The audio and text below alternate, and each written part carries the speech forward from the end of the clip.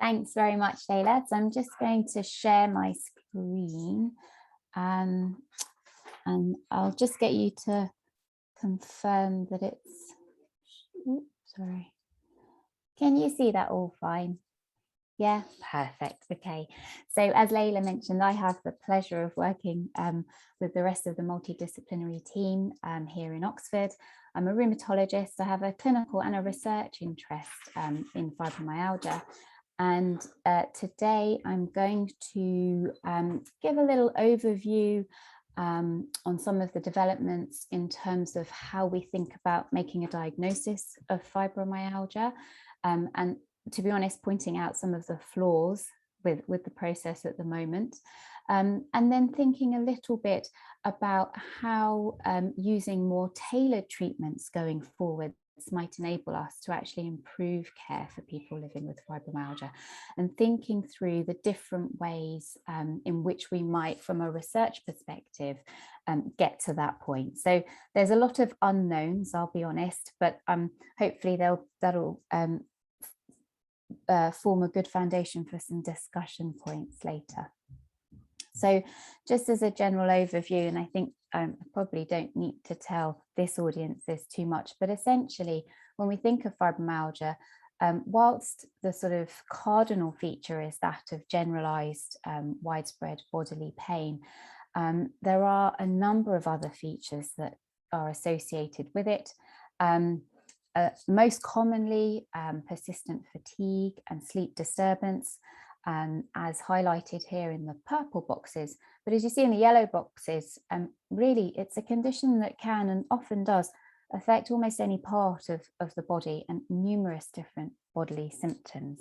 And that's something that I think you'll hopefully see is beginning to be recognised when we're thinking about the diagnostic criteria. It's a global problem, and it is a common condition. This map just illustrates how it is fairly common across the board. There are some differences in the percentages that you'll see here, but part of that, as I'll come on to later, is about how we're actually diagnosing people and what we're using as our criteria, because that in itself can have an impact on who is included in this group or not. So there is a female predominance, approximately 3:1. Interestingly, when we look at the epidemiological studies, so where we're not just focusing, say, on people who actually seek medical advice for their symptoms, but more broadly across the community, we see that it's a condition that increases with increasing age. So from those studies, the peak age tends to be between 50 and 60 years of age. But actually from our clinical experience, I'd say that we tend to see people at an earlier stage in life. It has a huge impact on quality of life.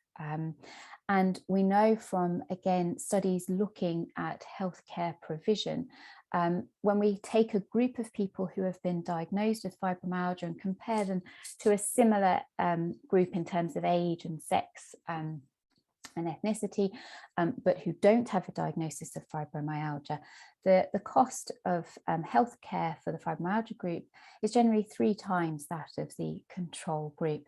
And that's due to a combination of factors. So that includes things like requiring more input and consultations with clinicians, more in the way of medication costs, and also more in the way of investigation costs.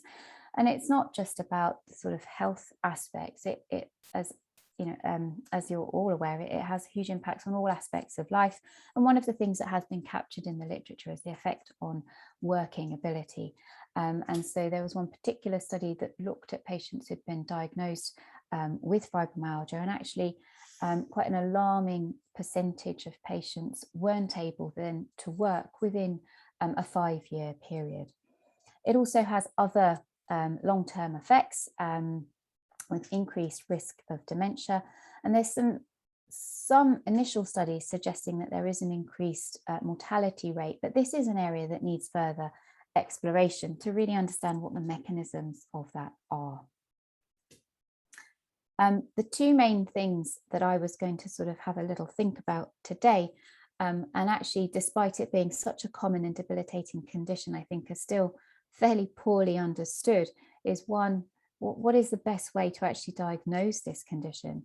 And secondly, how do we go about treating people and aiming for that sort of more personalized, tailored therapy that I mentioned earlier?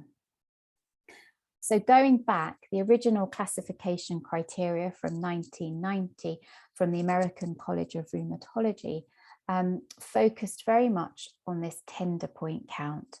And some of you may have had this conducted on you when you've been examined, but essentially it was a series of pressure points, essentially in these areas in the body, illustrated here with the black dots, that was shown to show increased tenderness in people with fibromyalgia compared to pain-free individuals. And really over time, we've recognized that this is a bit of a limited way of thinking about the condition. It doesn't incorporate all those other symptoms and problems and organ systems that can be affected. And also there was some concern that it depends very much on the person examining the individual and the technique used to do so, in terms of whether they deem those spots as being tender or not. So I'm now going to show quite a busy slide, apologies, but it's just really to illustrate the fact that in the last 10 years or so, we keep trying to update and improve on the way that we are addressing the diagnostic criteria for this condition.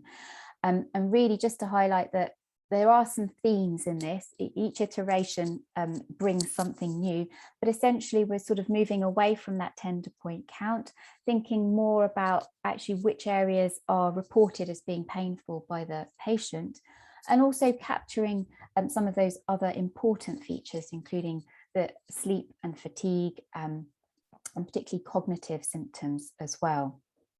But I think the other thing that this really demonstrates is that we're still lacking in a clear sort of diagnostic test or approach, and we don't have specific sort of biological markers that we can use as yet. So that's very much a work in progress. And this summarizes the sort of adapted version of the diagnostic criteria, which are most commonly in use in clinical practice. And we have to remember that a lot of these criteria have been developed for use in a research setting, so that when we're recruiting participants, but it is often useful and can be applied in a clinical setting too. So starting on the left-hand side, the first bit is to address and evaluate how widespread the pain is. And essentially using that, you can calculate a score that gives you something called the widespread pain index. So that's capturing the fact that, you know, this is a whole body issue quite often. Then the second part is just recognizing that actually you can score reasonably highly on that widespread pain index, but it could still be in a localized fashion. So for example, if all the pain is in, say, your left arm region, that would still be just one region. And we're really looking for pain that spans across several regions. So point 2 is then just putting together those painful areas and making sure that it isn't just localized to one particular region. And then the third bit in yellow is where we're thinking about more of the non-pain symptoms. And what's been highlighted so far in the current criteria is the effect of fatigue, the more cognitive symptoms in terms of trouble thinking and remembering, and then the effect on sleep, where people are often waking up feeling tired or unrefreshed. And then in addition, there's also some specific criteria which focus on abdominal pains, the effect on mood, and also headaches. And so this is a way that we can then try and assimilate some of that information to calculate specific scores that can help guide us, in terms of whether or not a participant fulfills these criteria. And I think the key is to remember that this is a guide, and really we have to put it in the context of the full clinical picture and the rest of the history and the examination findings. I think the other thing that's quite important that has shifted slightly is our thinking that actually if somebody has another condition that can cause pain over a number of body areas, that doesn't mean that we can't also diagnose fibromyalgia and use that as a helpful way to introduce other therapeutic measures.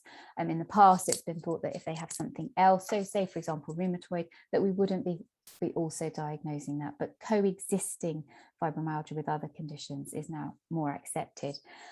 But as you might have gathered from what I've said so far, this does result in actually capturing labeling people with the condition fibromyalgia, when actually there's a lot of diversity. For some people, some symptoms will be more predominant, for others it'll be other issues. So whilst we're putting them in that same sort of diagnostic label or category, actually we've got to recognize within that there is a lot of heterogeneity and differences. And this is really the focus of what I am trying to achieve with some of the research that I'm doing. And I'll move on a little bit later to think about ways that we can try and unpick some of that in a helpful way so that we can offer more tailored therapy. So when it comes to treatment, this is something that I would say we've definitely got much more data on. And these are the guidelines issued by the European Rheumatology Group, whereby they've reviewed a whole series of systematic reviews. So a systematic review would be where you look at a number of different trials that have assessed the effectiveness of one particular treatment, and they've tried to gather and summarize the data on that. And this was actually a review then of a series of reviews. So what that helps us to do is to iron out some of the differences that you can see when you have a range of studies and with different sizes and different levels of quality, and helps give a sort of bigger picture in terms of how effective individual treatments are. We also have, and I'm sure some of you will have seen, the NICE criteria giving guidance on the assessment and the management of chronic pain conditions, and fibromyalgia would be included in that too. As I'm sure you're also aware, there's some controversy regarding those guidelines. And certainly, whilst I do try and take on board some of the outputs from that, I have to say from my personal clinical practice, I'm still very much operating on the EULAR recommendations. So the main message really from those guidelines is the fact that exercise is one of the most effective treatment options available for people with fibromyalgia. And actually from those guidelines, it was the only one that the group felt able to strongly recommend. There were a number of other recommendations made, but with weaker levels of evidence and data behind them. But just to give a little overview of the context of that. So on the left-hand side, this is a sort of slightly adapted version of the guidance, but just to highlight on the left-hand side, this is the process for evaluating and diagnosing fibromyalgia initially. And they really did emphasize the need to try and identify it as early as possible in the patient journey and provide information and education about the condition. And in line with the fact that activity and physical therapy was so strongly recommended, they put that at the top as the first initial therapy that should be offered to everybody. And then there should be a process of reassessing it and tailoring it according to individual needs. And then if there are ongoing issues, that we move into this more multidisciplinary approach, which is what we're going to be hearing a lot more about from the rest of the panel later on. You'll see here there's some psychological therapies, some pharmacological therapies, and then more multidisciplinary approaches included in the guidance. We actually did a study to try and evaluate whether this guidance was being put into practice or not. So this was looking at hospital admissions within the NHS service in England. This was a study looking over a 4-year period. Really, we went in with this with the question of, as I say, whether the guidance was being adhered to. And if you think back to the treatment options that have been recommended and suggested, they are essentially all options that it should be possible to deliver without admitting a patient into hospital. But interestingly, when we looked at the inpatient admissions that were occurring due to primarily fibromyalgia, we were quite alarmed to see that there were quite a few taking place. So over the 4-year study period, there were over 24,000 hospital admissions taking place. So, and this was a surprise, I have to say. I wasn't expecting to see any, or certainly not this many admissions. So we were able to look a little bit more closely to see what was happening during these admissions. And interestingly, there were a number of different quite invasive procedures taking place that could be part of the therapeutic process being offered, or indeed part of the diagnostic process. And right at the top there was an infusion of a therapeutic substance. Now, unfortunately, due to the nature of the data that we were analysing, we weren't actually able to dive deeply in and see actually what those substances were. But again, thinking back to the guidance and the data and the recommendations, that there weren't any drip therapies, which is what a continuous infusion would be. It was all tablet therapy by and large. So this was quite a surprise and made us think, well, actually, why is this happening? Why is there apparent mismatch between what we think we should be doing and what we're actually doing? And really, I think the answer is when we look and have a think about how effective our current treatment options are. And I think that's possibly where things slightly fall down. So for example, amitriptyline being one of the medications on the recommended guidance, we see that actually, so when we calculate a risk ratio, this is the chance of somebody seeing some improvement in pain if they take the medication compared to if they don't. And here, all they were asking was what was the chance of getting a 30% reduction in pain. So that's, you know, just under a third reduction in pain, which doesn't seem to me, and correct me if I'm wrong, but it doesn't seem like a huge change in pain. But even at that sort of low level, that low bar that had been set, it was only 1.6 times more likely that somebody would get that low level improvement in pain compared to not taking it. And there's sort of similar levels for the different medications that we have. And I think that probably is part of the issue. And some of that will be because we're not able to yet unpick mechanisms and then match them to the treatments. And so we're overall seeing this sort of diluted effect size. And so this is where the question comes from, you know, are there specific characteristics about an individual with fibromyalgia that could help predict response to treatment?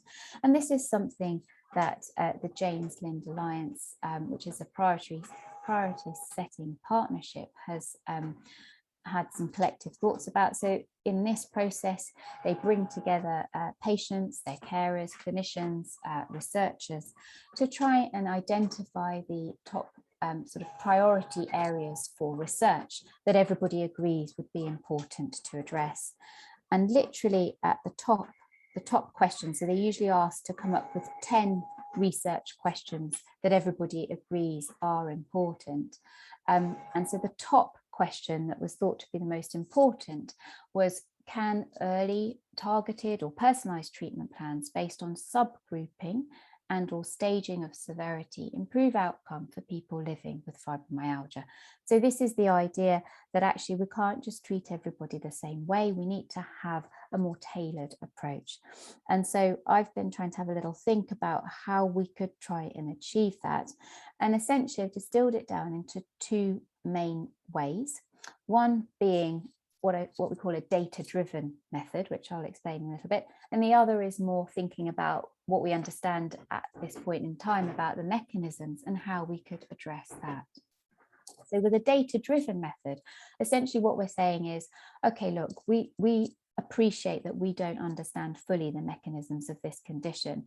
So we're just going to take the information that we have and we're going to use basically sort of computer driven methods and rely on that to understand some of the structure within that data to help us identify the subgroups that there are. So we are acknowledging that we don't know what these subgroups should be, and we're trying to pick out the inherent structure in the data. And this is an example here, not specifically in fibromyalgia, but in a large group of patients living with chronic pain, so 4,717 patients. And they included in this analysis lots of different features about both the pain as well as the impact on other aspects of life, for example, ability to move or fear of movement, satisfaction with life, mood, and so on. And essentially you feed that into this computer program, and you rely on the program to pick out groups and put individuals together in what we call clusters according to how similar they are on these characteristics, and then separating them from other clusters or groups of people because of there being significant differences. And so what this shows is that having applied that process, it naturally picked out these 4 groups shown by the different colours within this larger group of patients with chronic pain. And what you can then do is you can plot that on a slightly different type of graph to see how those groups are in relation to one another. And naturally, as you might expect, there is a degree of overlap, but actually, generally, they do seem to fall into these clusters that we see. And then you can go back and ask the question, okay, well, what is it about group 1 that is different to, say, group 2? And so, for example, here that the effect on quality of life is one of the bigger differences between groups 1 and 2. And so if we use that methodology, we can identify groups, and then now once we've got those data-driven groups, we can try and understand what the different mechanisms might be and then match the treatments accordingly. So that's option 1. Option 2 is to say, okay, well, we do know a bit about some of the mechanisms. Is there a way to match treatments according to what we know already? And so one of the mechanisms that we probably have understood more and more in the last decade or so is the way that the brain is processing pain. And what we understand now is that this is not a linear process. So it isn't just that we have a painful stimulus being applied somewhere in the body, and that depending on how severe that is, that's how much the pain that a person experiences. It's far more complicated than that. There's a number of places within the brain system and networks for those signals to be amplified or indeed dampened down according to lots of other factors. And one of the areas in particular on the bottom right-hand corner of this diagram is the brainstem, which is where the final relay station for these volume control systems are. And indeed, we know that the degree of amplification can have an impact on how pain is being experienced. And from largely neuroimaging studies, we see in fibromyalgia specifically that actually the chemicals that are involved in amplification of pain signaling, most of them from the studies so far are on overdrive compared to pain-free healthy controls. And it seems that a lot of the inhibitory mechanisms in place to normally control these signals are not working as well as we might think. So with that in mind, you can start to hypothesize how you might be able to, if you could identify that in an individual, how you might be able to use that to target your treatments accordingly. And this is something that a group in Michigan, who've done a lot of work on fibromyalgia, have done. There's a busy slide, but just to talk it through, they basically tried to see if they could use neuroimaging to predict whether patients would respond to a drug or not. And here they used a drug called milnacipran, which is a drug borrowed from the antidepressant category of therapies. And what they did was they did a baseline brain scan to look and see how people's brains were activated at baseline prior to treatment, and then randomized people to either get the placebo drug or the active drug. And then re-evaluated with another brain scan. Then they had a little washout period, and then they swapped over so that everybody had both placebo and the drug treatments during the study. And then at the end of that crossover period, there was a follow-up brain scan. So at each point, they're able to see what the effects were on the brain. And what they showed was, so this blue spot here in the brainstem is part of that brainstem area that I was mentioning earlier that is involved in sort of the volume control. And they showed that how strongly that was talking to this area here on the right in the insula, which is a very important area for pain processing. That connection and strength of connection predicted how well somebody was going to respond or not respond to the drug, which is a really exciting finding and suggests that actually this, that there is mileage in using a mechanism-based approach to try and predict treatments. And indeed, it may be a way of actually developing new treatments going forwards. So just to finish off, I'm just going to share a little bit about a study that we are currently working on, where the idea is to see sort of expanding on the type of study that I just described from the group in Michigan, where if we can use this, what we call a multimodal approach to assessing patients at baseline. So we combine the symptom assessments with a series of questionnaires with something called quantitative sensory testing, which is a measure of pain sensitivity. And then in a subgroup of people, we'll be doing some neuroimaging, so brain scanning as well. And so by collecting this detailed information at baseline, we're then going to follow people as they receive their treatment in the form of a multidisciplinary pain management program and see if that evidence that we collected at baseline is able to help predict response to that program. And that's a study that's ongoing at the moment. So hopefully in a little while we'll be able to share some results from that. So just to finish then, I just want to say thank you to the clinical teams and research teams that I have the privilege of working with. And that of course includes the panel members today. And I hope that has made sense, but of course we'll be very happy to answer questions later on. Thank you.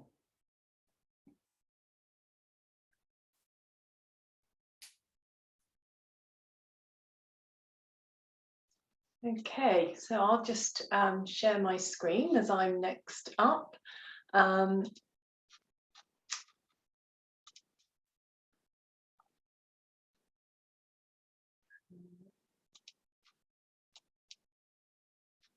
Sorry, I'm having a little bit of difficulty getting this onto full screen mode.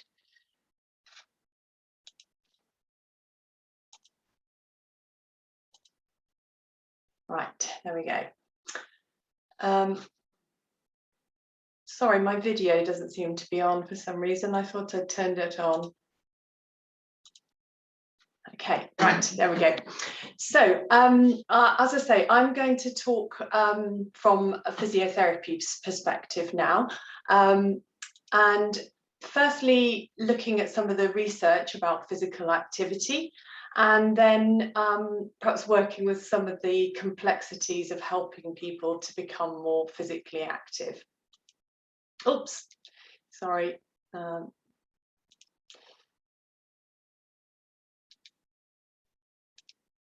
Okay, so to start with a little bit of background, we know that people with fibromyalgia tend to have an altered response to physical activity, and I'm going to talk about that a little bit more detail next. And in the UK, only 23% of women, whether they have fibromyalgia or other conditions or not, meet the physical activity guidelines for health.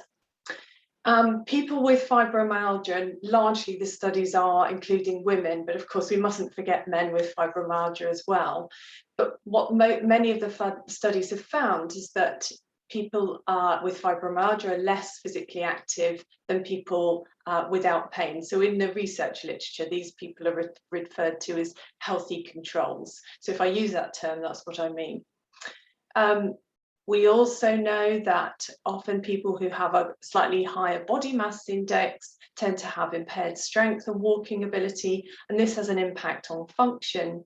And that people with persistent pain reported that their activity levels reduced significantly during the lockdown periods as a result of the COVID pandemic.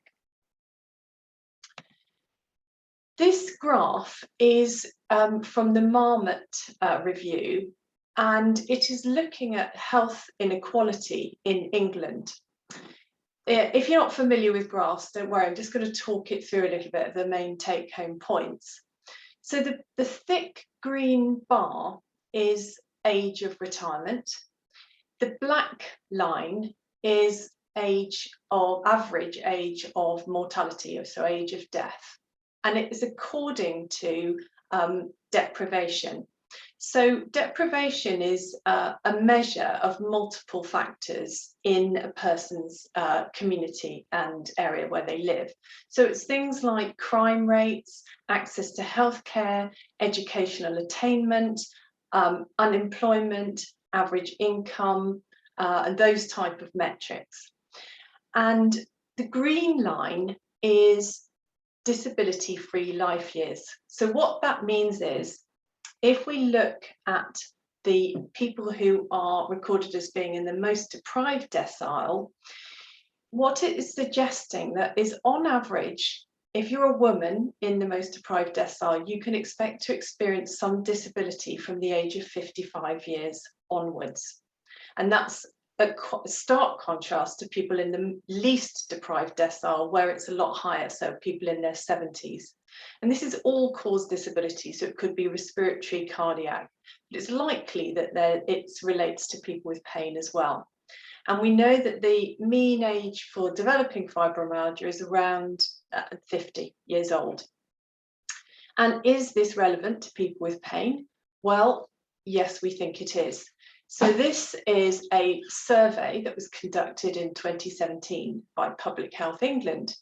And what it is suggesting is that, again, people who are in the more deprived deciles have a higher reporting of pain. And you can see from this infographic that 45% of people reporting pain report that they're physically inactive. And that's not a surprise. So this sort of element of the raised BMI and being less active is obviously a complex relationship, because it's, you know, when people have pain, of course, that's going to have an impact on their physical activity levels. Now, there's quite a body of research literature that suggests that physical activity or exercise reduces pain, and that's just mainly during the time of exercise. And this phenomenon is termed exercise-induced hypoalgesia. So it's most often seen in aerobic exercise of moderate to high intensity. So there are quite large reductions in pain reported during these bouts of exercise, but it's only just during that bout of exercise and for a short period of time afterwards. But also other types of exercise like dynamic resistance. So that's where people might be working against resistance bands or using weights. There are small reductions there. And it used to be thought that isometric exercise would also result in this reduction. So isometric exercise is if I pressed my arm against my other hand, there's no movement of the limb. So that's isometric exercise, where the muscles are working, but there's not really any movement. But the results for that was rather mixed. More recent research suggests that actually not much reduction in pain is reported. And it appears that psychological and social factors don't influence this phenomena at all. There have been some studies done looking at responses, pain responses during exercise in people with fibromyalgia. Only a small number of studies. So I found about 12 when I was looking. And only 7 of those studies actually took reports of pain, which sounds a bit strange, during the exercise. Others looked at other measures. And they found that people with fibromyalgia reported more pain during the exercise task when compared to controls. So almost the reverse of what we would expect. Normally we would expect a reduction in pain reported, but people with fibromyalgia are reporting more pain. Some studies used something called pressure pain thresholds. So if you look in the image on screen now, this is showing a pressure pain threshold. So pressure is applied to an area of the body, and at some point when the pressure is greater, pain will be experienced. And that would be with anybody, whether you have fibromyalgia or not. And what we would expect during exercise is that in people without pain would be able to tolerate a greater degree of pressure before they experience pain. But people with fibromyalgia, well, we'll see what happens there. So what the research found is that 4 studies found that people with fibromyalgia weren't able to tolerate an increased pressure during exercise. And in fact, some people, it went the other way, that their tolerance reduced. And 2 studies had inconclusive findings, and 1 study found that actually there was an increase, as we would expect, but it was significantly lower compared to people who don't have pain. Again, don't worry too much about this graph, but I just wanted to highlight a couple of things from this particular study. So what this graph, this image, is showing what happened in this research design. So a participant would be resting without any exercise. Pressure pain thresholds would be measured with that device I've just shown. Then they would press their leg or arm against a device very, very hard as they possibly could for 5 seconds. Then there'll be a period of rest. Pressure pain threshold would be measured again. Then they would press against this device at a lower level, so not about 20% of their maximum that they could achieve. But this had to be sustained for 5 minutes in this study. And then there was another period of rest. And then they looked at another part of the body. So they looked at around the shoulder and they looked at the thigh muscle. And first thing I would say is, certainly some people that I meet in clinic, I'm not sure that they would tolerate this type of research design, because 5 minutes pressing against something can be quite a long time to tolerate. Secondly, what's interesting in this particular study is they also compared to a group of people who just have pain in their shoulder, nowhere else in their body. What they found is that the people who had shoulder pain, the pressure pain threshold didn't increase, as was expected in people without pain. But when they tested those people, the people with shoulder pain in their leg, it did have a more kind of usual response. The pressure pain threshold did increase. And the reason why that might be important is we know that predictive factors for development of fibromyalgia are having localized pain, so pain in one region of the body, maybe being increased in weight, and age. All of those features seem to be predictive of developing fibromyalgia. So as clinicians, if we're working with somebody that has localized pain, that might help us target our treatment more effectively, and I'll talk about what the evidence is for that later. Now, this is a piece of research by Kathleen Sluker, who's a physiotherapist professor, and she does a lot of work into fibromyalgia, and she's kindly allowed me to reproduce this image. And this paper was about pain in response to exercise. And similarly to Anushka's talk, she, in this paper, described some research that was in animal studies. And what was found that where animals were physically inactive and there was exercise to the point of muscle fatigue, metabolites, so chemicals, were released as a part of that fatiguing process. And this stimulated nerves that send messages to the brain about pain. And in the brain, or central nervous system, there was increased activity in some receptors which are on nerve cells. And this increased those pain messages. So there was like a facilitatory effect.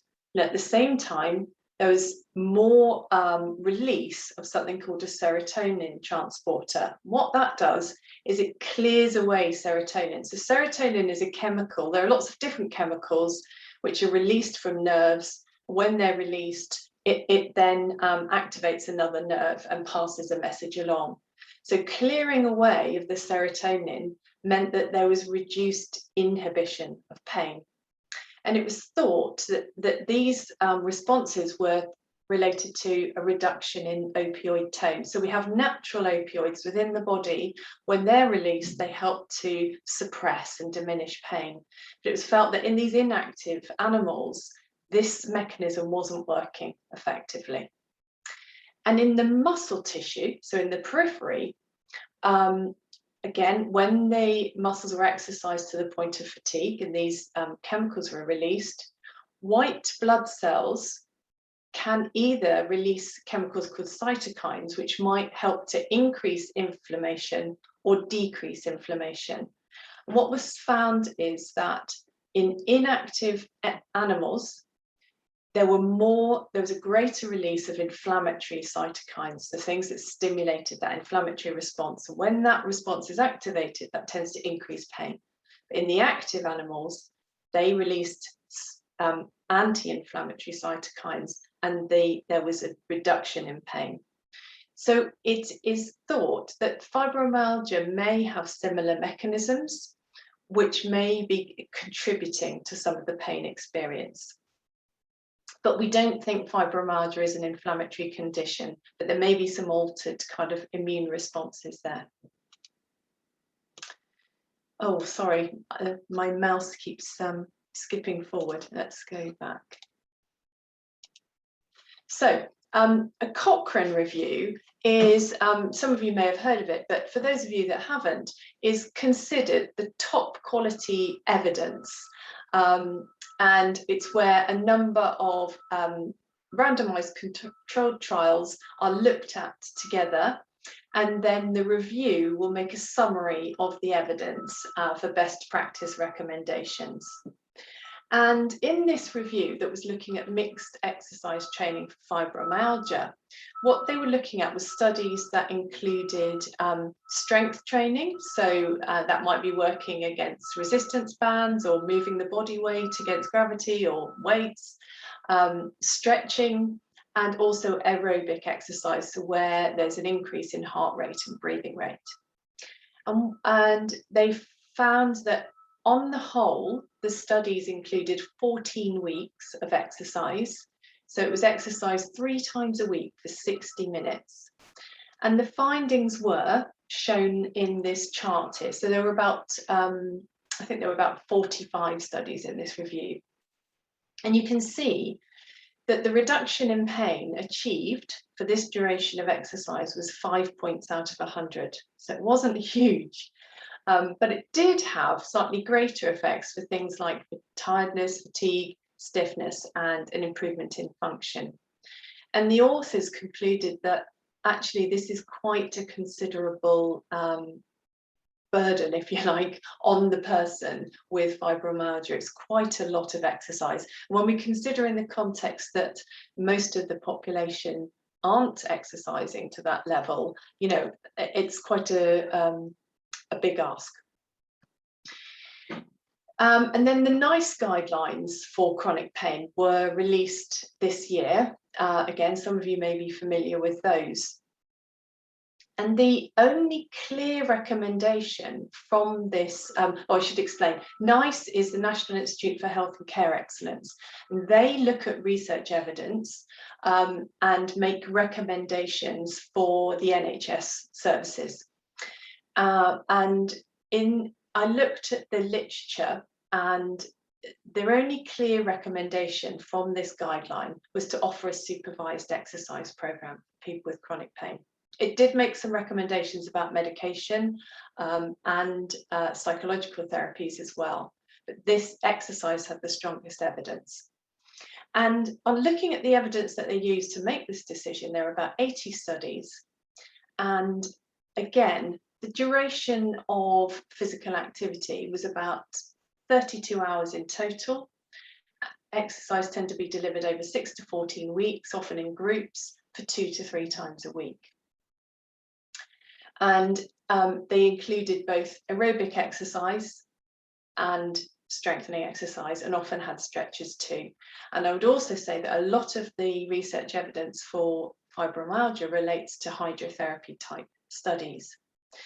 And one of the pieces of research that looked at this cytokine release that I've just been talking about, that sort of inflammatory, low-grade inflammatory response, looked at women who were exercising 3 times a week in water, and they did this for 8 months. And at 4 months, there was a small reduction in this release of inflammatory cytokines.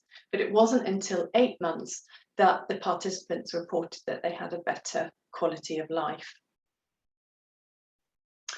So what this is telling us is that physical activity can be beneficial for a range of outcomes, but it may be that localized pain would be felt during this physical activity. The activity needs to be regular and sustained for many months. And Kathleen Sluker suggests that with repeated exposure to physical activity, this might help restore a more normal response to physical activity. And some evidence that she cites for this is there was this huge study in Norway where they looked at huge numbers of the population over time. And they found that people who were active, physically active of a moderate intensity, so perhaps brisk walking 3 times a week, had reported about 30% less pain compared to people who were inactive. So that's simple, isn't it? Not quite. When I looked at the research evidence in the NICE guidelines, I looked at the exclusion criteria for some of the studies. And what I found is that most excluded people with cardiac and respiratory disease, within other inflammatory rheumatoid conditions, people with psychiatric illnesses, cognitive thinking difficulties, and substance misuse. And yet we know that there is evidence to suggest that people living with fibromyalgia often are living with many other health conditions, which includes gastric, so abdominal, neurological, and mental well-being.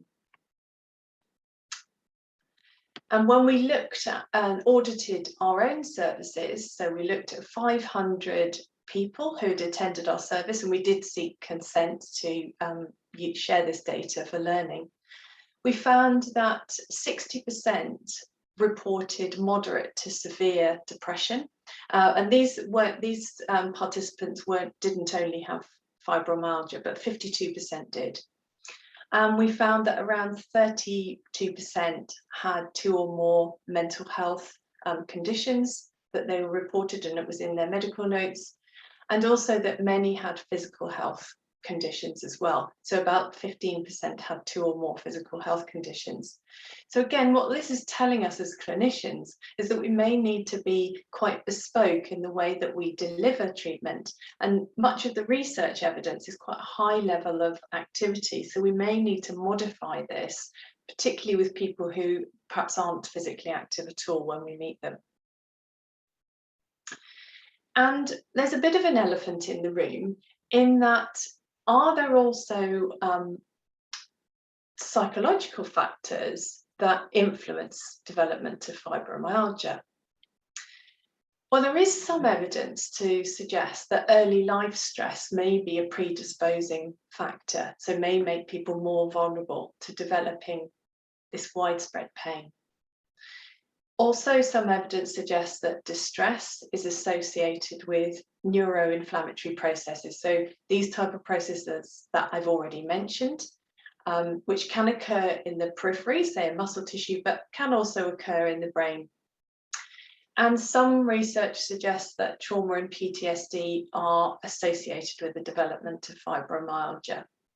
But any of you with the research background may know that an association with something doesn't mean it's necessarily the cause. But I'm just mentioning it just because it's good to have an awareness that sometimes these factors can be part of the background. And there's this very nice survey of about 600 participants that looked at what people living with fibromyalgia felt caused their condition.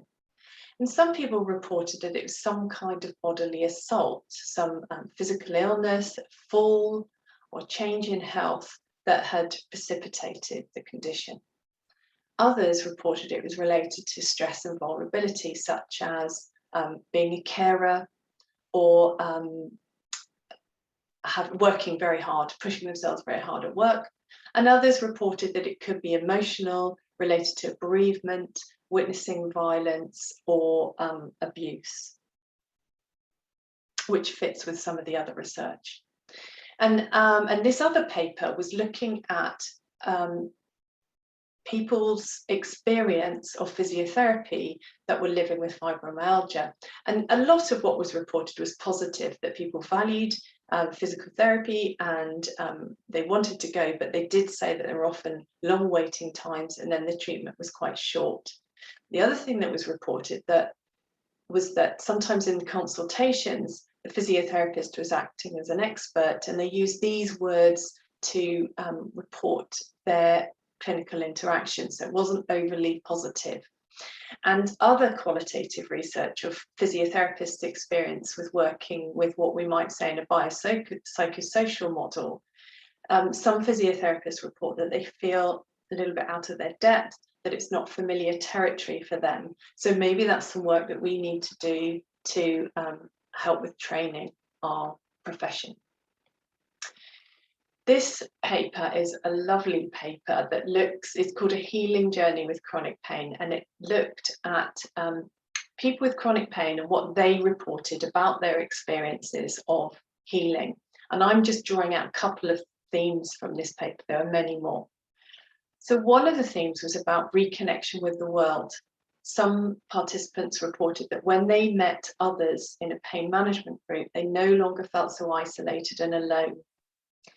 And it was really wonderful to share their experience. Others reported that they felt safe in certain clinical services where their experience was validated. They also reported humanity in healthcare, where the healthcare professionals were kind, listened to them, respected and supported them. Another element was reconnection with the self. And one element of that was feeling whole, where the mind, body and self were reconnected, and people said they no longer felt defined by pain. And they felt they'd re-engaged with the core essence of who they were. Another theme was about I'm still, and this involved feeling relaxed, reflective, and using present moment awareness. And the other element within that was feeling kinder towards the self, no longer feeling that they had to push themselves, or gave themselves permission, if you like, to be a bit gentler with themselves. And some of these sub-themes map quite closely onto the three elements of self-compassion, which are defined by Kirsten Neff, who's a psychologist who researches into self-compassion. So this element of no longer feeling alone maps onto what these three elements, one of which is common humanity, meaning that there's a shared experience amongst people with fibromyalgia and indeed amongst us as human beings. This sense of being still was related to mindfulness, that, you know, that is present moment awareness, and being kinder to myself, self-kindness. And Sandra's going to talk more about this, but it's also something that we can use in our practice as physiotherapists. And why might it be important? Well, I'm going to give a real life example of somebody who wrote a book about her experience. So she was raised in the States and had a very critical family. Her father had bipolar and actually put the family at physical danger, and many of them were injured. And she had a brother who was physically abusive towards her. And she managed to escape this environment by gaining an education, and she won a scholarship to go on a summer school. Eventually, she went to Cambridge University and Harvard. When she went on this summer school scholarship, a professor who was near retirement told her that her essay was one of the best he'd ever read. And she reported that she couldn't tolerate this kindness. She found that praise was a poison to her. And this is just an illustration, is that if somebody's lived in quite a critical environment, or they feel under threat, whether that's due to pain or other reasons, then maybe developing this kindness towards the self might be more of a challenge. And I'm going to talk a little bit how we might respond with it and work with this, but firstly to talk a little bit about context. So when we experience sensations from the body, context is involved in how we experience this.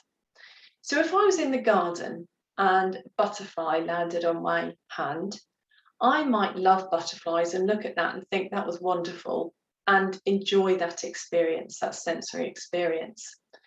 Now, spoiler alert, I'm going to show a picture of a spider next. So if you don't like spiders, look away now. But if I was in the garden and a spider came and landed on my hand, even though it was the same sensory experience, I might feel disgust. I might find that as very unpleasant. I might have an element of fear or anxiety. So if I'm working with somebody in the gym and they find the thought of coming into the gym is very threatening, and already, as I said, pain might be a threatening kind of stressor, if you like, we might just do a little bit of work, first of all, with just settling some of this threat before we even go into movement. Okay, the spider's gone now. So we might want to firstly validate somebody's experience, whatever they're describing about what their journey has been like. We might use some of the person's language to say, you know, I can hear what you've explained to me about this, and this was important to you. So, because if in this way it helps to facilitate some acceptance and to demonstrate that we are a kind of safe pair of hands, if you like, that we can demonstrate respect for this person. We also might want to discuss that what physical activity might be of interest to somebody, or where they've been successful in physical activity in the past, and that might be a good starting point. So, for example, being outdoors might be a place that somebody feels calm and relaxed, and so we might start there. It might be that some people might want to create a sense of feeling calm and settled in their home. So some people have described that they like to light a candle and have some soothing music on. And if we engage the senses, we know that this helps to settle a threatened nervous system. So the other thing that we might do is just sit and just notice what's happening in the body for a few minutes before we even begin to move at all. Because often we're carrying tension in the jaw and the shoulders. You know, we might be using our arms to hold ourselves. We might be sitting on one side of the body. So just check in and notice what's happening. If we can, just notice our feet on the floor, body in the chair. Notice our breathing. And can we let any of that settle even before we start to move?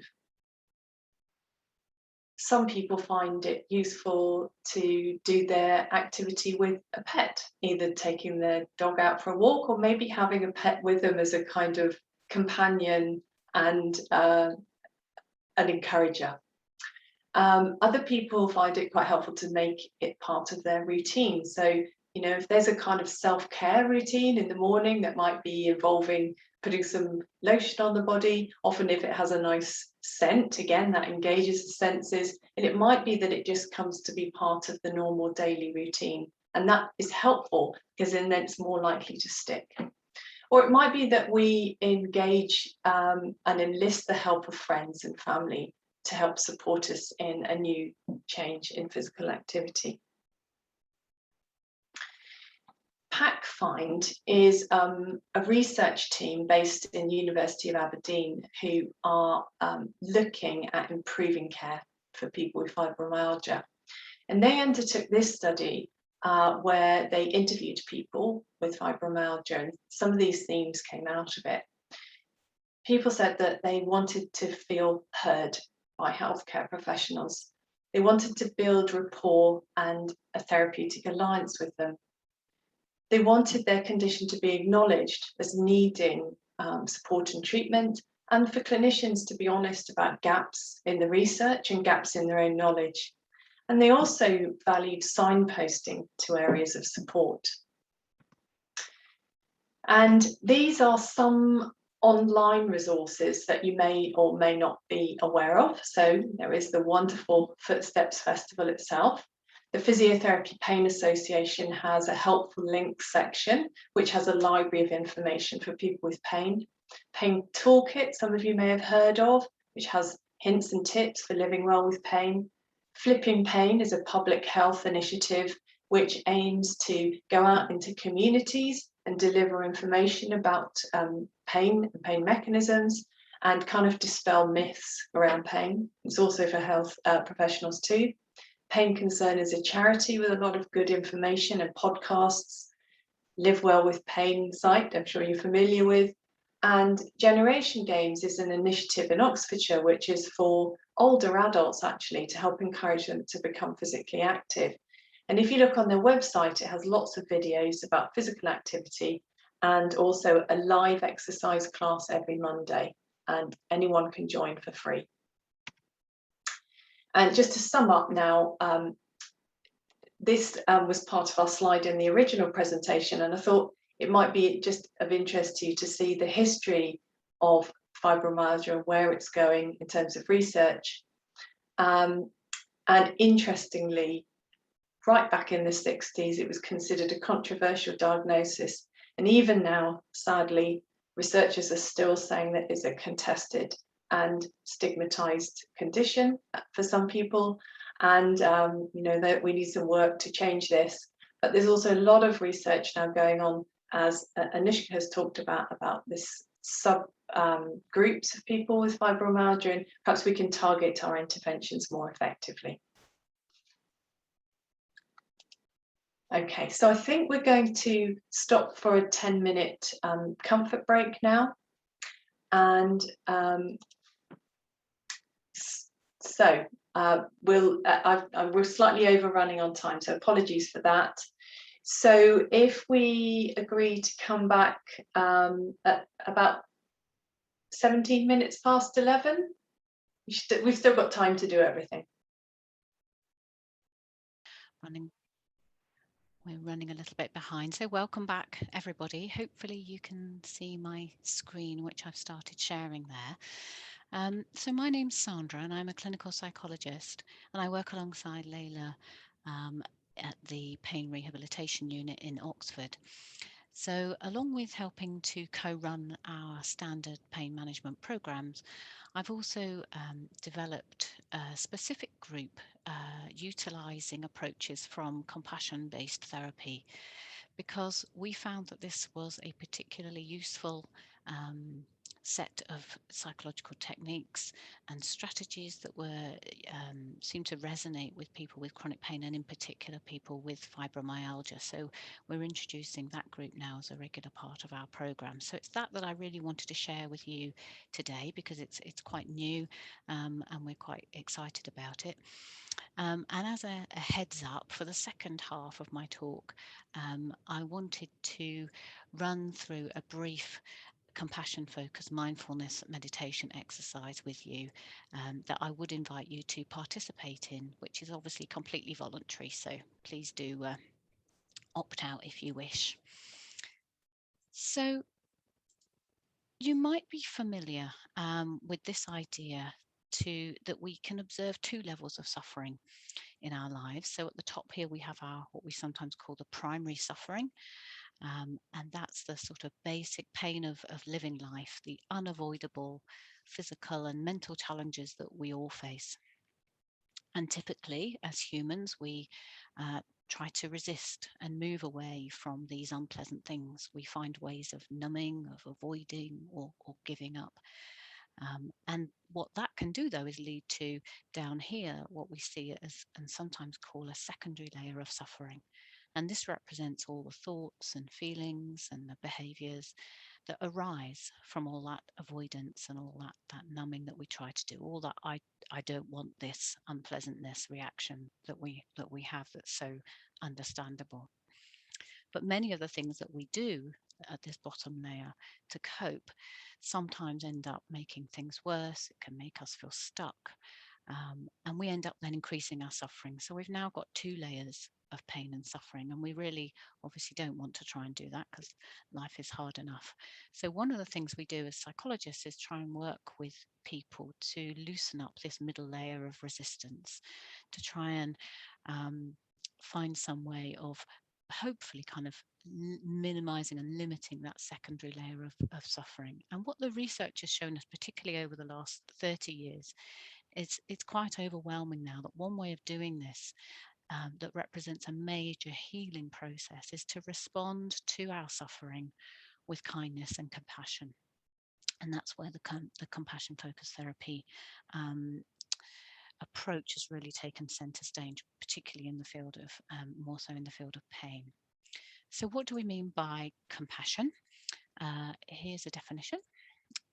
It's a sensitivity to the presence of suffering in ourselves and in others, combined with a deep motivation and commitment to alleviate that suffering.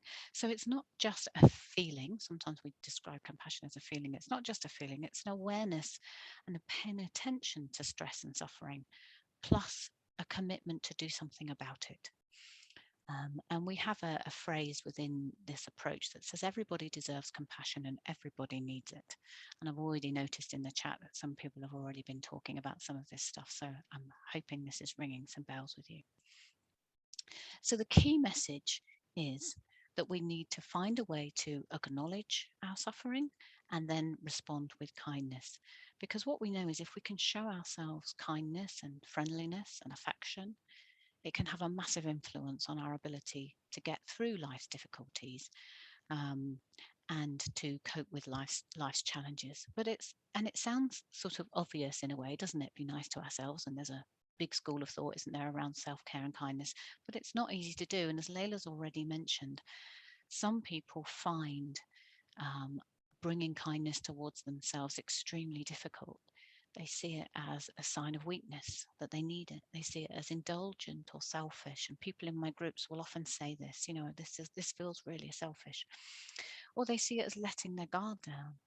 Or they see that they don't deserve kindness. And also when we start to be kinder to ourselves, what can happen is that we get in touch with a sense of loneliness, a sense of loss of not having had this before. And that can be really difficult. So we need to kind of make a bit of room for that as well. So how do we develop capacity and self-kindness? Well, this is what compassion focused therapy has dedicated itself to. So it starts, as Leila was sort of alluding to as well, right back from when we were babies. From the day we're born, our brains are designed to respond and to become activated when we receive care and kindness from others. And if we receive this from our primary caregivers, it sets up a lifelong capacity which helps us manage stress, it helps us connect with other human beings, and it helps us thrive and survive.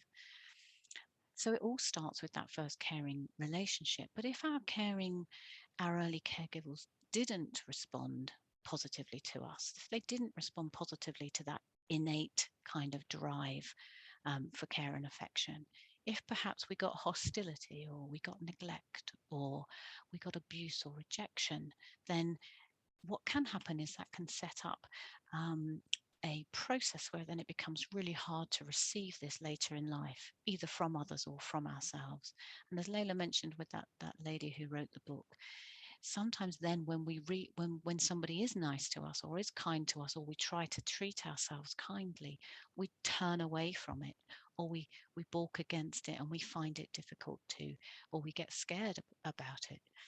And we can end up re-experiencing some of those early negative experiences that we had when we first sought care in those early years of our lives. So we have to be a bit, as I say, careful and accommodating of that understanding.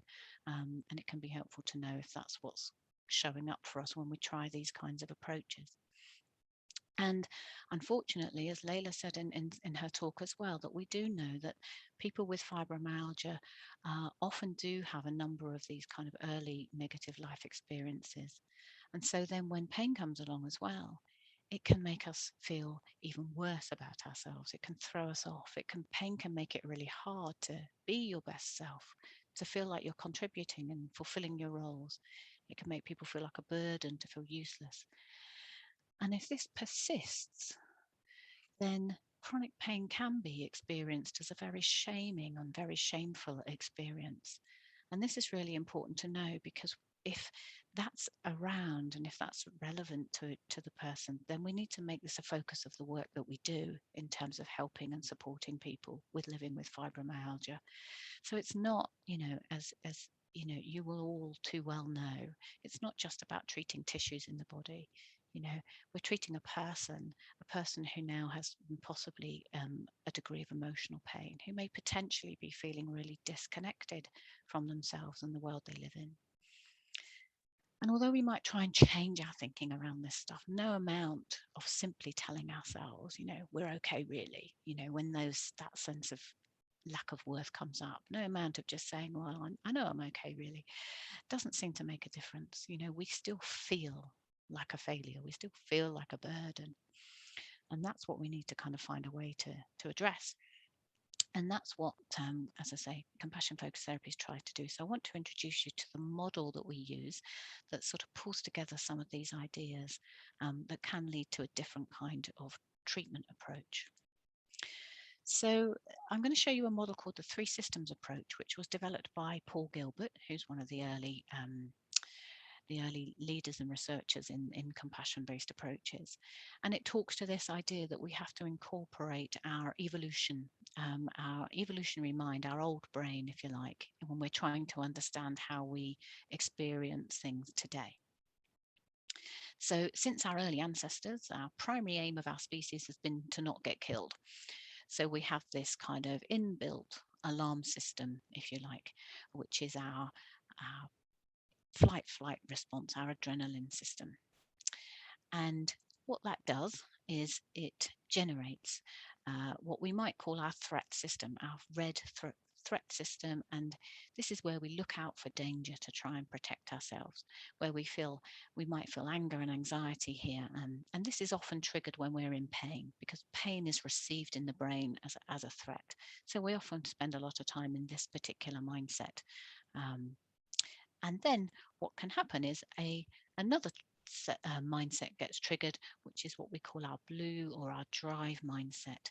And this is where we try to overcome and move away from the threat that we've perceived in our minds or in our bodies. And this is like that resistance stuff that I was mentioning earlier. We can feel excitement here and we can feel joy, but we can also feel very pressured and very pushed to achieve things. And as I say, to try and move away from this threat that's been triggered. So to keep these two systems in balance, this kind of quite negative system down here, the red one, and also this very energy sapping drive system, we also need a green system, which we sometimes call our soothing system. It's often termed as the brake system that helps kind of balance out, to pull on a sense of safety and peacefulness and connectedness with others. So we need this system to balance out those other two systems.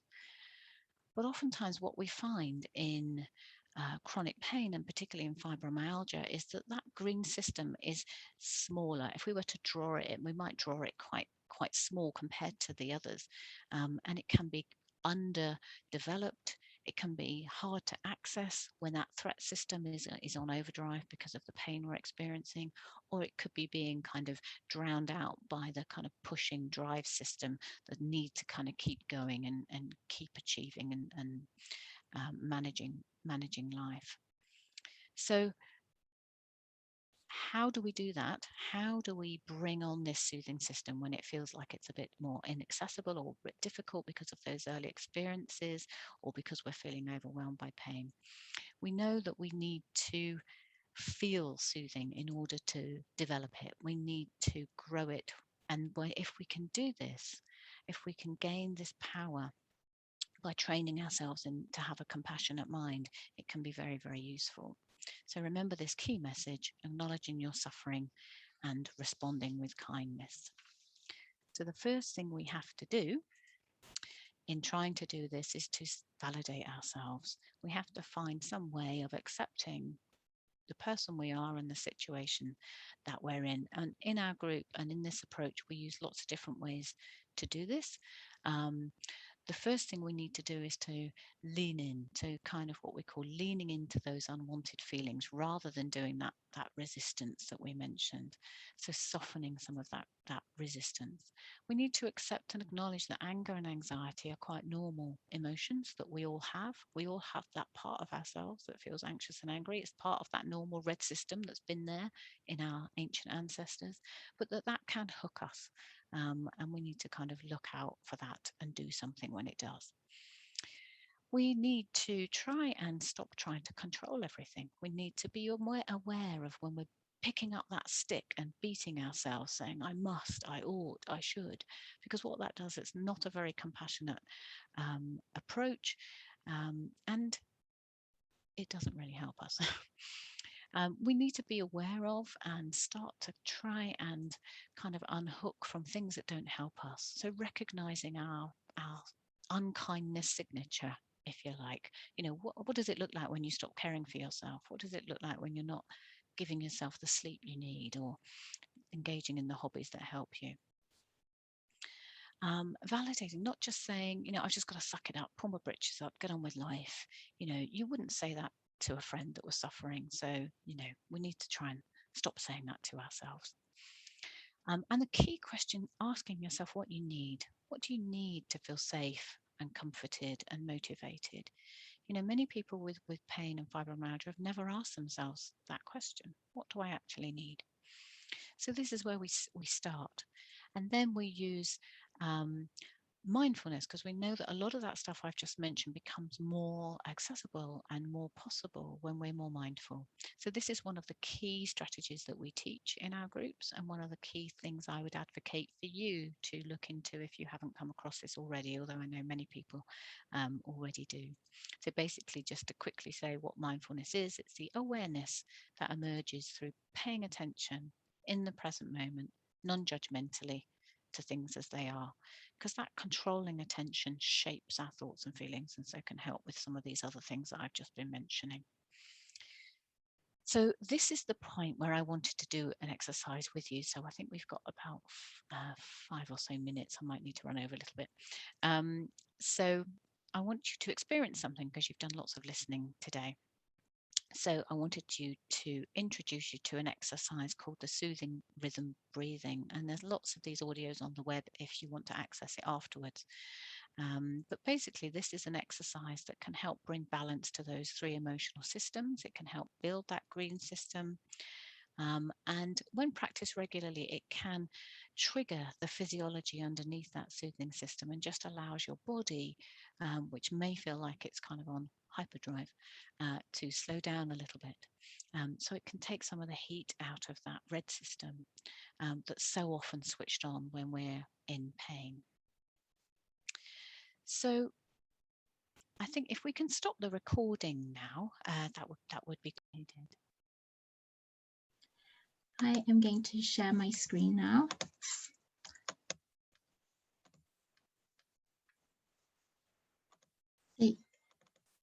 Thank you for your time this morning.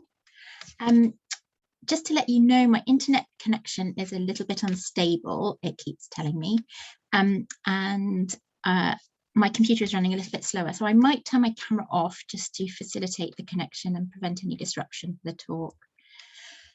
So thank you. These are the subjects I'm going to cover this morning. And we have already heard that sleep disturbance is an important symptom of fibromyalgia. And we've heard about some helpful ways in which we can support people living with pain. I'm going to explain a bit about how sleep works, the science behind it, and some of the influences upon sleep that people with fibromyalgia may experience. Hopefully at the end of this, you will have a better understanding of the links between pain and sleep, and I hope to provide some sleep tips to help people achieve better sleep. So moving to the first slide. So, what is sleep? Why do we sleep? So on the left are some reasons why we need sleep. Information processing, memory formation, tissue repair, for example. all of these processes are required to then facilitate our daytime activity, such as going out and accessing resources and social interaction, etc. This differs across species, hence we have nocturnal and diurnal animals. And if all these things on the left are the roles of sleep, lack of sleep impacts on all of these processes. So what are circadian rhythms? Circadian rhythms are body clock. So in Latin, circa means about and dies means a day. So these circadian rhythms are 24-hour cycles in our pathology or physiology that occur in virtually all organisms, whether nocturnal or diurnal. And these processes are driven by internal or external influences. The master clock is centered in something that's called the suprachiasmatic nucleus in the hypothalamus in the brain. In order for our body to function properly, it needs the right nutrients and the right chemicals in the right place at the right time. And thousands of genes have to be switched on and off in a specific order to make all these processes happen. So what circadian rhythm affect? These 24-hour internal clocks play a vital role in practically every system of the body.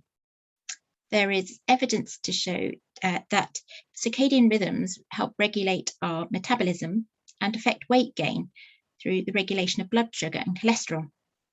They also influence mental health conditions like depression, as well as the potential for neurodegenerative diseases such as dementia.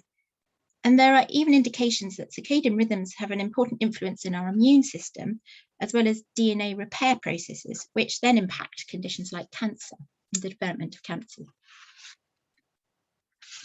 The sleep-wake cycle is one of the most important circadian rhythms, and here's a diagram displaying that. During the day, light exposure can cause the master clock to send signals that generate alertness and help keep us awake and active during the day. As night falls, the master clock initiates the production of melatonin, a hormone that promotes sleep and keeps transmitting signals throughout the night to help keep us stay asleep. In this way, our circadian rhythm aligns our sleep and wakefulness with day and night to create a stable cycle of sleep and rest that increases our daytime activity. So as seen from this graph, the urge to sleep decreases in the morning, with an increase after lunch, as probably many of us have experienced on Christmas Day after a big lunch, and rises sharply in the evening as the need for sleep increases. So this graph covers a 48-hour day period. Cortisol is a hormone that prepares us for wakefulness and activity.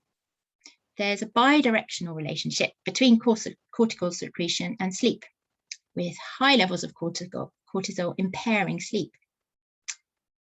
There's evidence of increased cortisol secretion at night in conditions associated with poor sleep, such as aging and depression. And high levels of cortisol have been associated with the development of chronic widespread pain. This is the recommended hours of sleep, although as we well know, there is considerable variation and individual differences. It can be down to our genetics, called chronotype, and influences from many physical and health conditions. And I'll talk a bit more about chronotype. Evidence shows that some people are naturally more disposed to wake earlier, and these are called larks, and others to go to sleep later, called night owls. An American research group found that there were significantly more females in the lark group relative to the night owl group, suggesting that women are less evening orientated than men. When looking at long sleepers who averaged 7.5 hours sleep and short sleepers averaging 6.5 hours sleep, women again are more likely to need a little bit more sleep than men, relative to men. Now, researchers have found those with depression and or anxiety are associated with being a more night owl chronotype, even after controlling for a range of factors.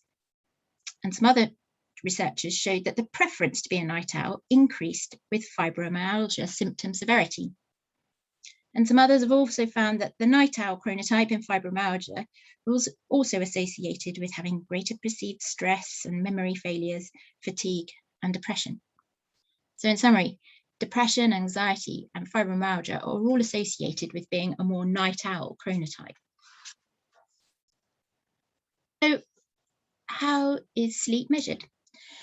Well, the brain waves and eye movements and muscle tone can be measured together in a process that is called polysomnography. And this is often done in a sleep lab.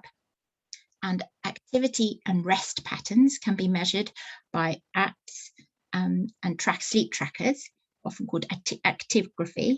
And then there's a good old sleep diary where a participant or person would write down when they go to bed, how long it takes them to fall asleep, when they wake up, etc. And there's a whole range of apps and sleep trackers available on the market these days, but none are as accurate as polysomnography. So what do these things measure? What are these graphs? The graphs pick up different electrical activity in the brain, and there are 4 different stages of sleep that have been identified, each associated with a typical brainwave pattern. And we cycle through these stages throughout the night, which we'll see on the next graph. So the top graph shows these cycles of sleep throughout the night with SWS, or slow wave, meaning slow wave sleep, and REM, rapid eye movement sleep.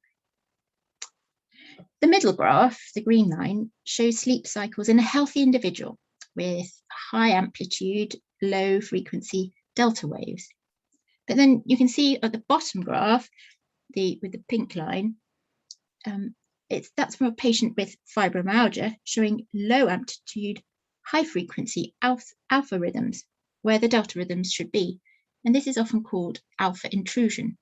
So we know there are true electrical signal changes during the sleep patterns of those with fibromyalgia. What are some common disruptors of sleep?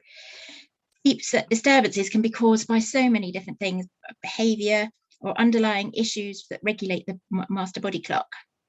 And in certain situations, genetics can be involved, and often there are multiple causes, and also causes may remain unknown. But I'll briefly talk about some of these factors listed.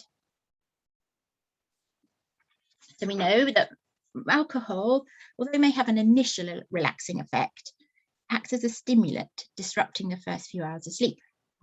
Caffeine is a stimulant which works by blocking the processing of a chemical called adenosine, which would normally make us feel drowsy. And nicotine releases chemicals in the brain that can be associated with a sense of well-being. And it also activates the nervous system to increase adrenaline production.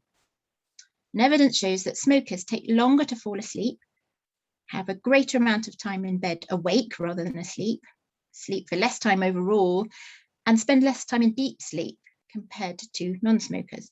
And even passive smokers are also more likely to report poor sleep compared to those not exposed to caffeine, to smoke, sorry. Half-life is the amount of time it takes for exactly half of the chemicals to break down in our body. So if we are consuming any of these, we may consider the timing of them. We all know how lack of sleep can impact on our thoughts and feelings and on how stressed we feel. And Leila's mentioned some of the stressful life experiences and emotional states that are associated with the development of fibromyalgia. These can then compound on the so-called fibro fog, the impaired cognitive function, and the experience of chronic pain and chronic fatigue, and can then be exacerbated in this ongoing vicious cycle. So what about hormones? Estrogen, or estradiol in the left-hand side of this graph, decreases the length of time it takes to get to sleep. It can increase REM sleep, deep sleep, which is important for memory and mood and learning, and it can increase total sleep time. And it can also help regulate the body temperature during sleep. Progesterone on the right is known to have cause more sleepiness. So it's quite normal for sleep quantity and quality to dip and rise each month for women. However, sleep problems are one of the most widely reported issues associated with the menopause. Onset occurs in women usually in their 40s and 50s, the same age as the common onset of fibromyalgia. Melatonin falls after menopause, and conversely, cortisol levels have been shown to be elevated at night time, leaving a woman feeling on alert during the nights, which makes it difficult to fall back to sleep again. And this slide summarizes findings of a literature review into the correlations between the onset of menopause and fibromyalgia.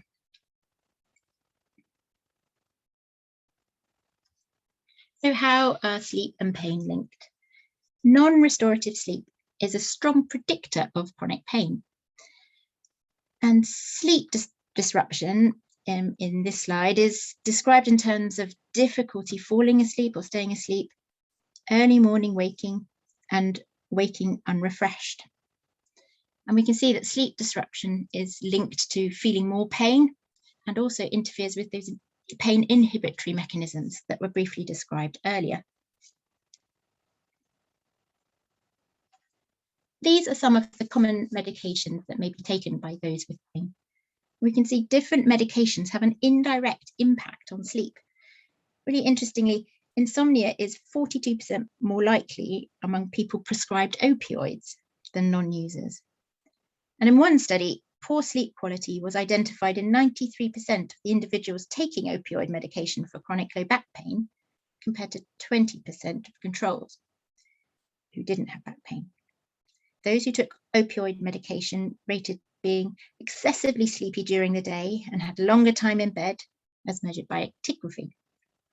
So opioids can induce different patterns of sleep disordered breathing as well, with a dose-dependent effect, and this may include a condition such as sleep apnea.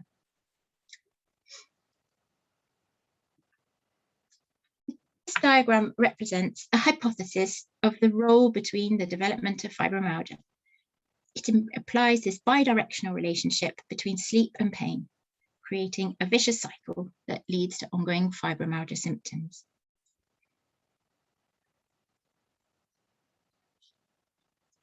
So this is a rather busy slide, but I'll talk about some of these points individually. We don't have full control over our circadian rhythms, but there are some sleep tips that we can try to stick to entrain a better 24-hour sleep cycle. And I'll make this slide available at the end for download. So light is really important within our setting of our circadian rhythms, and it's important to seek out natural light, especially in the early part of the day, because it helps reinforce the strongest circadian cue. And limiting light before bed, artificial light before bed, is really important as well, because light can interfere with our circadian rhythm. So experts advise dimming the lights and using a low wattage bulb in lamps, perhaps instead of ceiling lights, in the lead up to bedtime. Looking at these pictures, these represent some of the other things that we can do to help achieve better sleep. It's really important to follow a consistent sleep schedule if we can, because varying bedtime or morning wake-up time can hinder the body's ability to adjust to a stable circadian rhythm. Getting daily exercise, as we know, is important for some of the reasons we've heard of earlier this morning, but activity during the day can support the internal body clock as well and make it easier to fall asleep at night. There is moderate evidence that small effect of exercise can be helpful for enhancing sleep quality in fibromyalgia. On the other hand, low levels of activity can correspond with disrupted sleep. And doing something relaxing can include having a bath, reading, meditation, or some mindfulness practices, as we've just experienced. Now, napping during the day can include lying down with the intention to fall asleep, or falling asleep before bedtime in front of the television, for example. On the whole, it's not recommended, as it can lower sleep pressure. However, it can be acceptable for a short amount of time, less than 20 minutes, if timed appropriately in the day, so no later than 3:30 in the afternoon. So it impacts least on our circadian rhythms. cognitive behavioural therapy for insomnia, CBTI, has good evidence for use in chronic pain, including fibromyalgia, also combined with CBT for pain. And it may comprise of general sleep education, understanding a bit about the neuroscience behind pain and the role of melatonin, as we've discussed this morning. Can involve sleep restriction, which is limiting the amount of time spent in bed. And sleep tips, sometimes called sleep hygiene. Again, I will make available some suggestions for you at the end. And there are some good apps and websites available, and some online CBT programs, such as these on the next slide, if you're interested, to help either yourselves or for clinicians to help patients. So that's the end of my talk. I think we're going to move on to Louise now.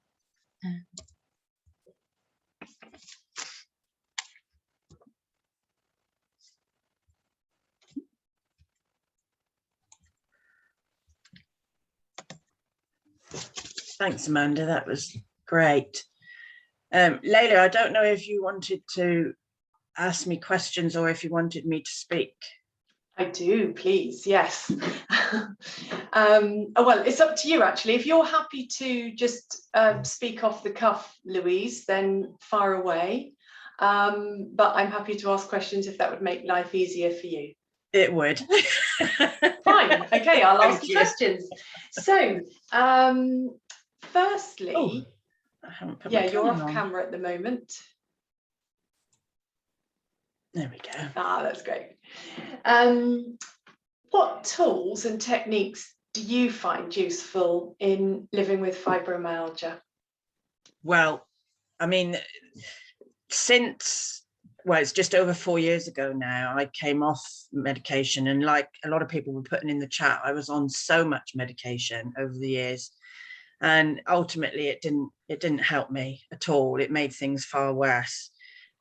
So my most reliable tool is getting out in nature as often as I possibly can, and the distance that I walk varies depending on how I am on any given day. On a good day, I can walk for 3 or 4 miles, but on a bad day, I might only be able to go around the block. But I find it still helps enormously with everything if I do get out of the house and connect actively with nature. And I've also discovered that it doesn't matter what the weather is like, even if it's raining. If you sit indoors and look out, your mood is, oh dear, it's raining out there, I'm not going. But if you actually dress up for the weather and go out, it still lifts your mood. So yeah, that's the biggest tool that I deploy. Brilliant. I really like the way you talked about, it doesn't always have to be the same amount every day. It's just the fact of participating in it. Yeah, brilliant. Thank you. And how did you start to become a bit more active? And do you find anything is helpful in sort of keeping you going with your activity?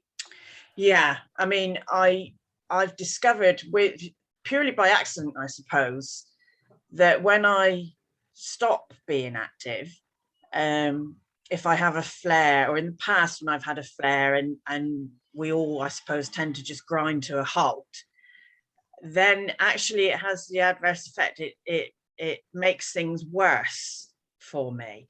So the less I move, the more I hurt. And I mean, I discovered how getting active helped, again, by accident, when I was in hospital to come off my opioid meds for fibromyalgia. The consultant said to me, in order to cope with the withdrawal effects, pace the ward, because that will trigger the endorphins, the body's natural painkiller. And I'd gone from walking sort of 20 steps a day before I went into hospital, which would have been bed to chair to toilet and back again, to like 2,000 steps the next day. But it worked, and it was marvelous, and it made me feel so much better. So I just kept going. Brilliant. And I think you mentioned once when I was spoken with you about your experience with physiotherapy as well, and how you had some advice there that helped you get active. Do you know what I'm referring to? I think this is about dancing. Yes, that's right. Yeah. So I mean, I hate the word exercise, and we tend to hear it an awful lot, especially oftentimes from physiotherapists. And although it's great with the best of intention, I think when we've not been active, you hear the word exercise and think, oh no, the gym or lycra clad joggers running down the street.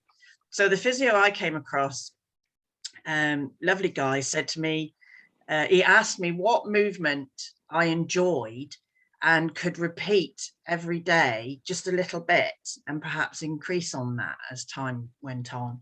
And for me at the time, it was dancing with my earphones in and nobody looking, just dancing around the living room like a lunatic. And so he asked me to just do that. He asked me actually what was a level I could do definitely every day, even on a bad day. And I think at the time it was something like 3 minutes. So that was how we set our SMART goal, and gradually built on that. Lovely. Thanks, Louise, for sharing that. I love that story. And have you found any useful sources of information or support? Obviously, there's Footsteps, which is amazing. Is there anything else that you found useful? Yeah, I really am a fan of the Flipping Pain campaign, because I find the way that campaign explains it is really easy for people to understand. So I really like that. And obviously I'm a bit biased because I'm involved with Live Well with Pain, but I really think their resources are really good as well for people living with pain. And you can access the 10 Footsteps program, which is a great guide as well, and in bite-sized pieces, which, you know, I think sometimes we make the mistake of trying to learn as much as we possibly can, and it gets a bit overwhelming.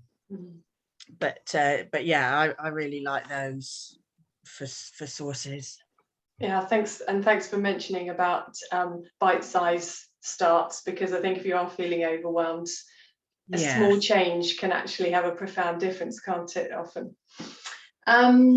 Is there anything that you would like to see in clinical services?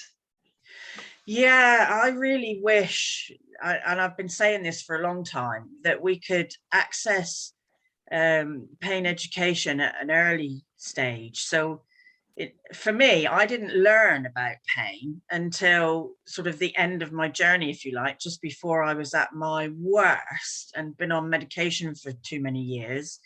And, you know, I mean, I go as far as to say, I don't think I'd be here today if I didn't come off those meds when I did. And just to remind everybody again that we mustn't stop meds without a prescriber's guidance. Don't ever just stop, because they can be really, really nasty.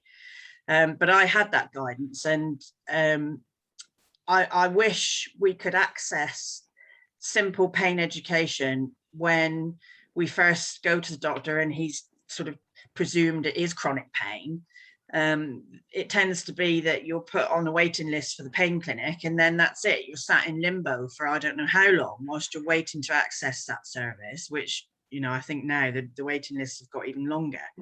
So if there was some way that we could access pain medication in primary care, and, you know, all the other tools that you learn for self-management, I think that would make a big, big difference to people's lives. Yeah.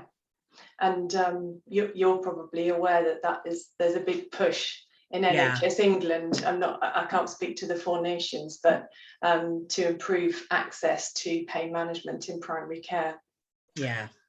So I know that you are a cold water swimmer, and you also lead guided health walks, I believe.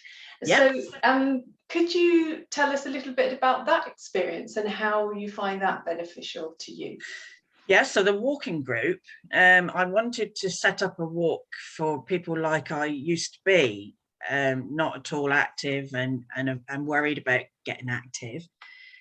So set up a group through Ramblers Walking for Health, and they operate all over the country. And if you go to the Ramblers Walking for Health website and put in your postcode, it will come up with all the walks in your area, and they're graded in 3 levels. And our walk that we lead at Decoy is a grade 1, which is our walk takes up to about an hour, but it's only 3/4 of a mile, and we only go as fast as the slowest person. So it's open for people with pain or health conditions, and you can come and walk with other people, and people really love it. So yeah, that's great. And like I say, they're everywhere. And the swimming, again, came across that by accident really last year. I mean, I hadn't swum for over 20 years, and last summer when lockdown started to ease a bit, we started swimming with some friends here in Torquay, when it was nice and warm, and they mentioned that they kept going as the weather got colder.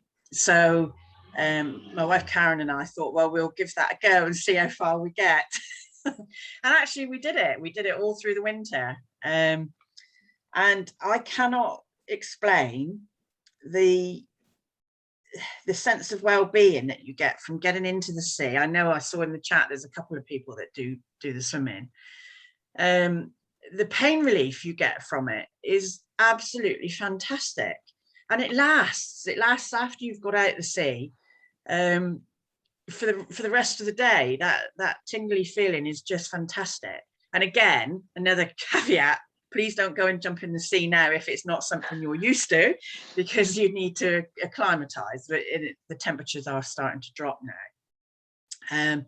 But yes, it's a fantastic thing to do. And you don't necessarily have to swim. I think it's all in the immersion. I think it's just filling in. Yeah, it's amazing, Louise. I've got total respect for you for doing that all year round.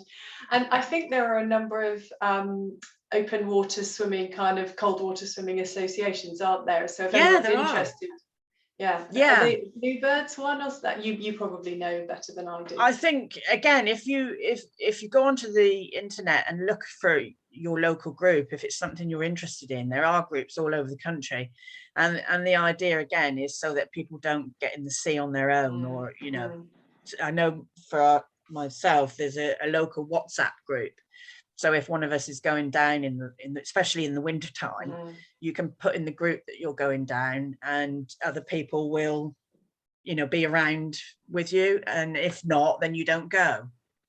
But yeah, there are lots of associations and you can get advice on open water swimming. So yeah, I'd urge people to look into it if it's something they're interested in, or even start in your local pool.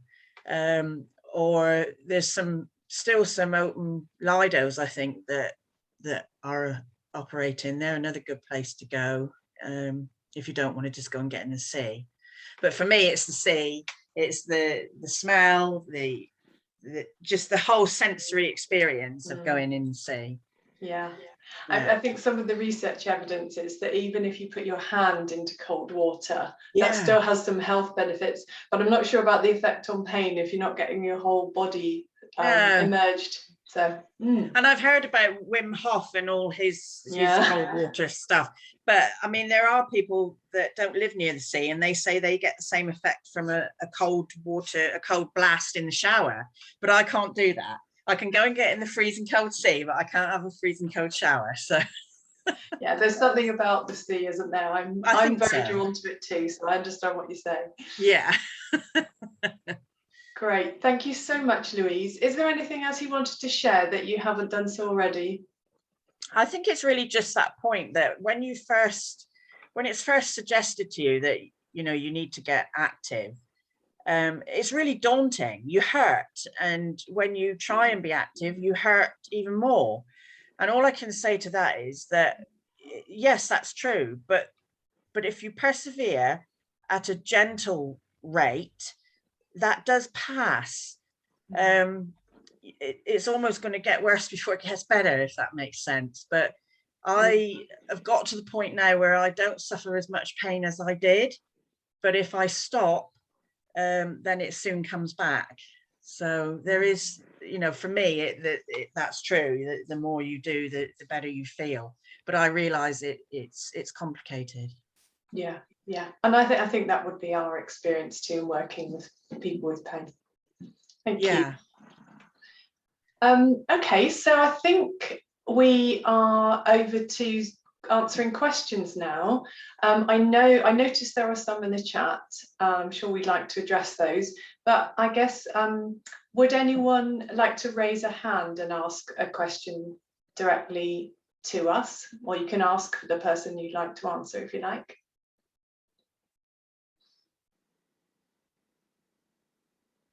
If you don't want to raise a hand, that's absolutely fine. We can just go through the questions in the chat. We won't say who's asked the question, so it will maintain your anonymity. Yeah, I think Matthew noted some questions.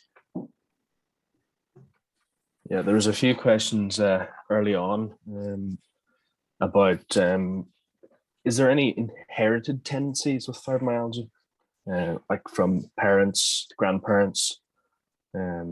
Louise has, obviously with her daughter also having fibromyalgia, has a little bit, but just from the medical side, has there ever been any thing to do with that, inherited?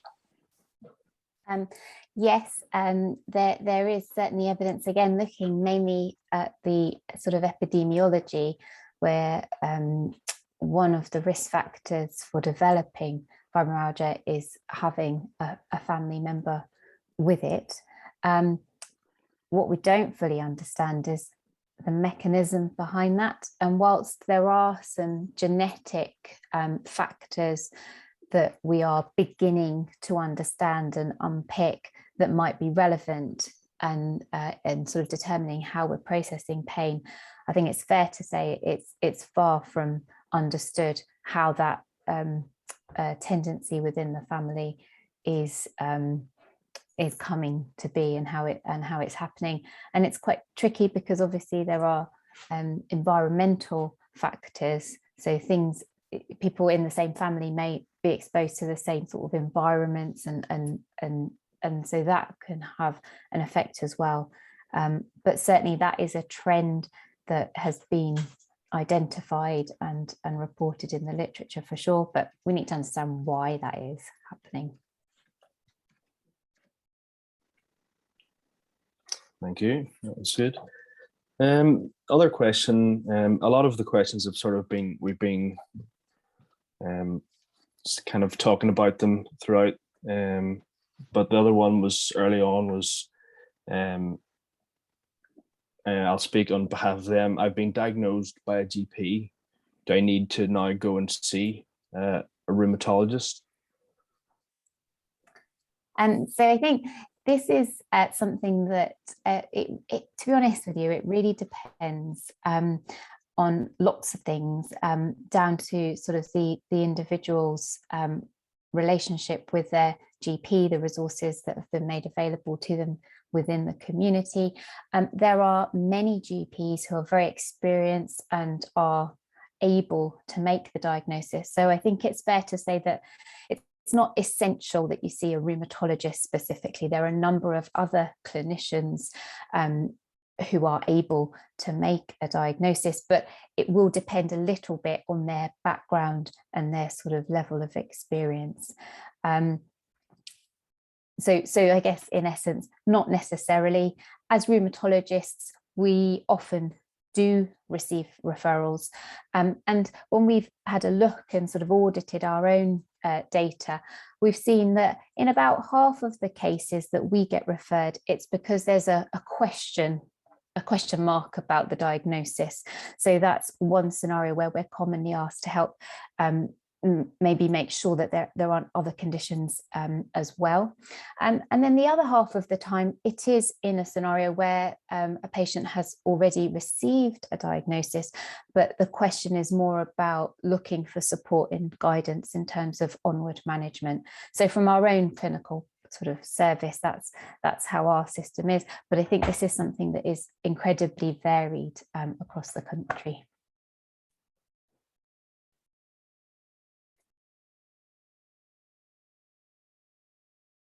I notice Shell has a hand up. Yes. Yeah, hi.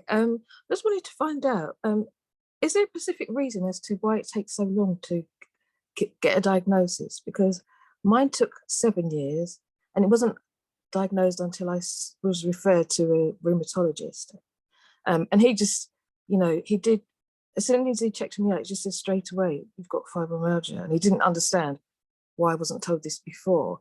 But prior to that, it was just a case of it started to end up with medical professionals telling me it's all in my head. And I do know a few people that's been in the same scenario, and they've been told the same thing as well. And I just wondered why this was. And I can have a little go at addressing that, but I think I'll be honest, I don't have the whole answer. The first thing to say is that it is sadly very common. And actually, I think the mean delay to diagnosis is around 5 to 7 years, which is just too long. I think, yeah, it is. I think some of the factors that I think about that can contribute to that delay. I think, first of all, sometimes the way that the condition presents can involve symptoms that might move from one body area to another. Yeah. And so what can happen in that scenario is, let's just say, for example, someone is getting a lot of headaches. That might mean that they're then consulting with quite a focus on that region. They might then end up even being referred to a neurologist, and it might be that the focus is being placed on the headaches without necessarily taking that step back and really actively asking about other parts of the body. And I think that might be one scenario that doesn't help, that then leads to people being moved. And then, later down the line, it might be that there's more of an abdominal pain, tummy pain issue. And then the process starts again with the person going through all those relevant services. Sometimes and to address that, I suppose what we need is for everybody just to have that awareness and remember at the back of their minds that actually, okay, this might be the predominant symptom now, but I need to take that step back and just do a more thorough sort of holistic assessment. So I think that might be one of the factors that contributes to this delay in diagnosis. I think the other factor that I think about quite a bit is the fact that, as I mentioned at the beginning of my talk, there are the symptoms of the pain itself, but then there's a lot of other very important symptoms that aren't pain related. And actually, if you're not used to seeing people or hearing descriptions of symptoms that people with fibromyalgia commonly have, I think it can be quite difficult to piece that together, because again, it can range from symptoms that sound very much like irritable bowel to symptoms, say, of nerve problems with numbness and tingling and so on. Because it has that ability to affect so many different parts, I think sometimes that can be difficult to piece together, and that can cause confusion and delay as well. Sadly, I think you're absolutely right. There are a number of my colleagues and other clinicians out there who still to this day, despite all the data that we have, all the evidence that we have to show that there are mechanisms driving this condition, who still don't believe that it exists, and that and convey this notion that it is all in your head, which it is not helpful at all. And I think that's another unfortunate sort of barrier to people receiving, a helpful diagnosis in the context of them being able to access resources. So I think those are probably the main things that I tend to see, from the other end of it, when patients are referred to us. I don't know, Leila, Sandra, Amanda, if you have any other, and Louise indeed, because you will have had sort of personal experience, any other thoughts on that? I would echo much of what you'd said. A lot of people that we meet have been to the GP repeatedly with different parts of the body in pain, and the dots just haven't quite been joined up that it is fibromyalgia. And I guess probably not relevant for the people on this call, but sometimes we might talk to people about actually going to the GP with a list of their symptoms so that there can be a little bit more of a joined up kind of thinking about what's happening there. I think that's a really good suggestion, because also it can be quite hard to remember everything in the heat of the moment, can't it, when you're under pressure and there's a limited time. So I think that's a really helpful idea. Yeah. Can I just also ask, is there a reason? I don't think everybody's fibromyalgia starts off this way, but a lot of fibromyalgia, including my own and other people that I know, started off from some form of trauma that's triggered it. Is there a particular reason why that is?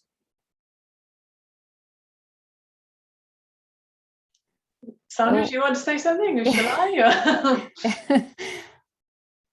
I? I'll start, shall I?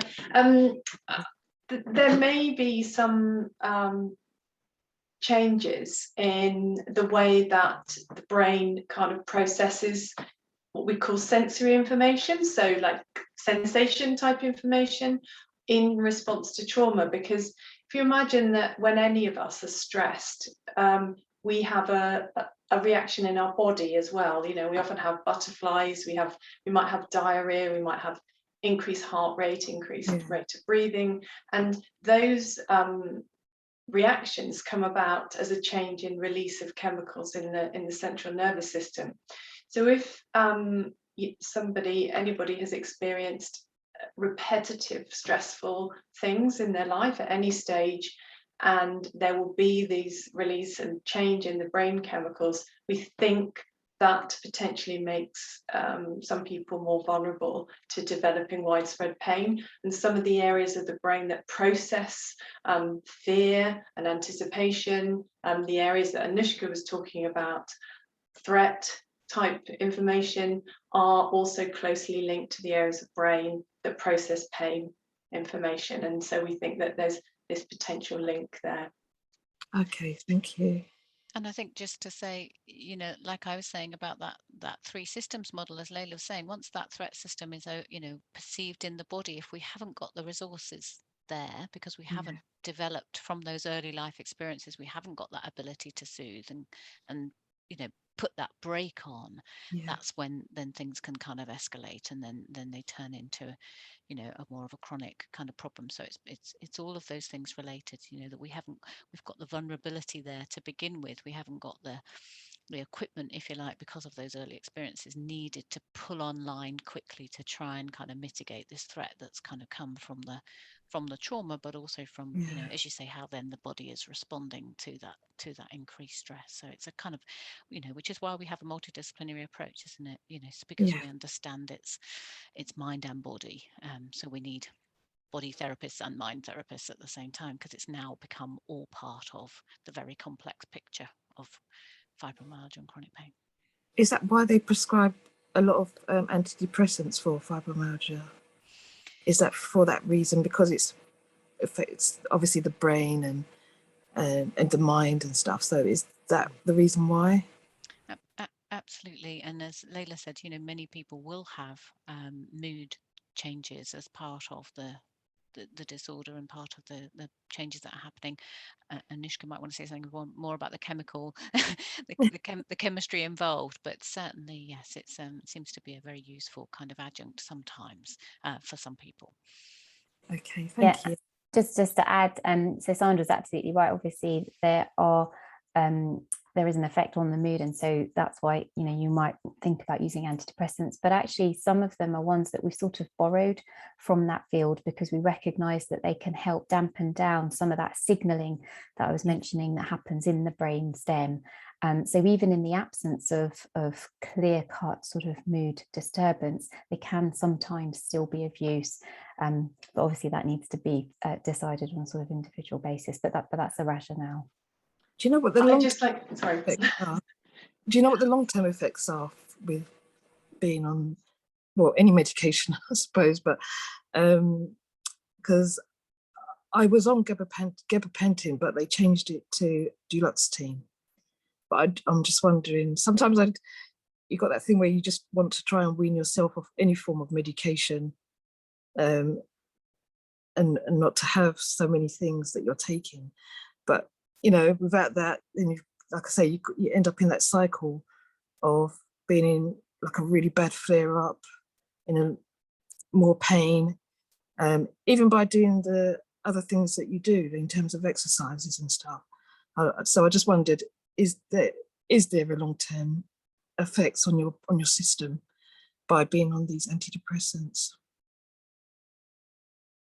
I think it's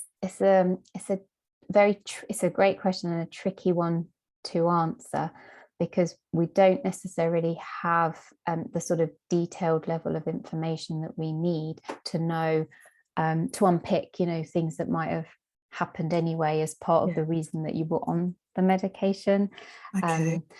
Does that make sense? And I think it is a very individual thing, and as you quite rightly highlighted, getting that balance right is tricky, isn't it? It's really tricky.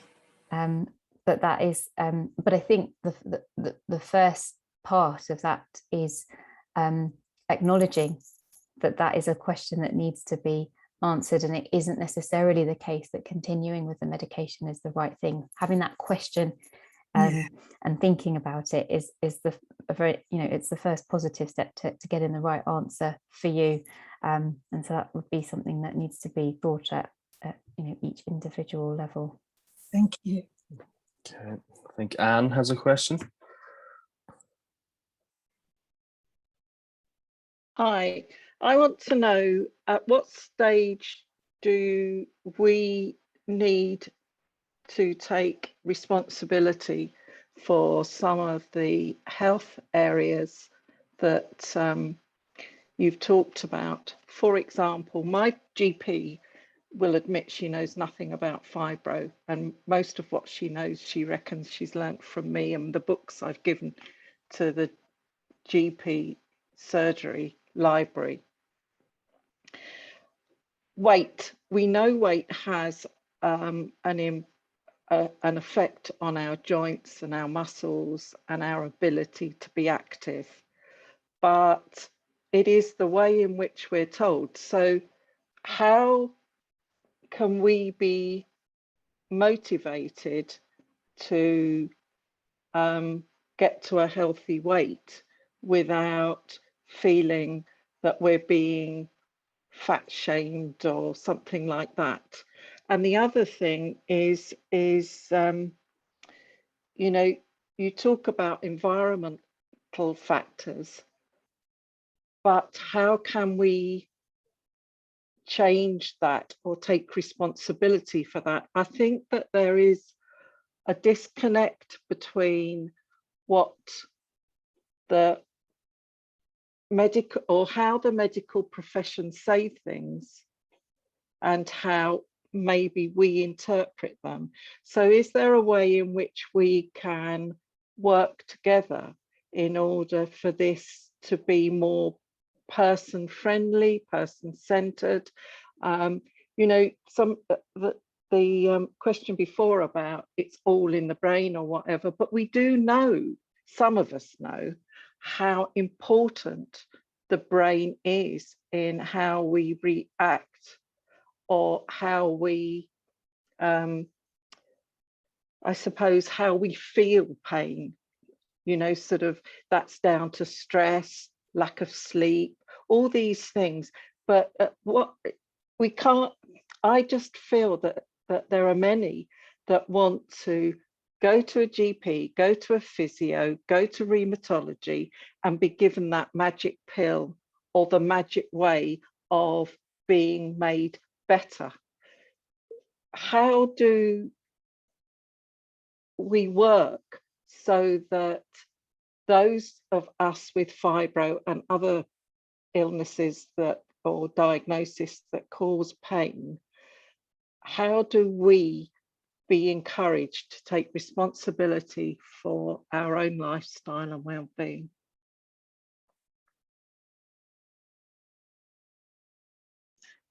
I expect others will have things to say on this, but perhaps I can start.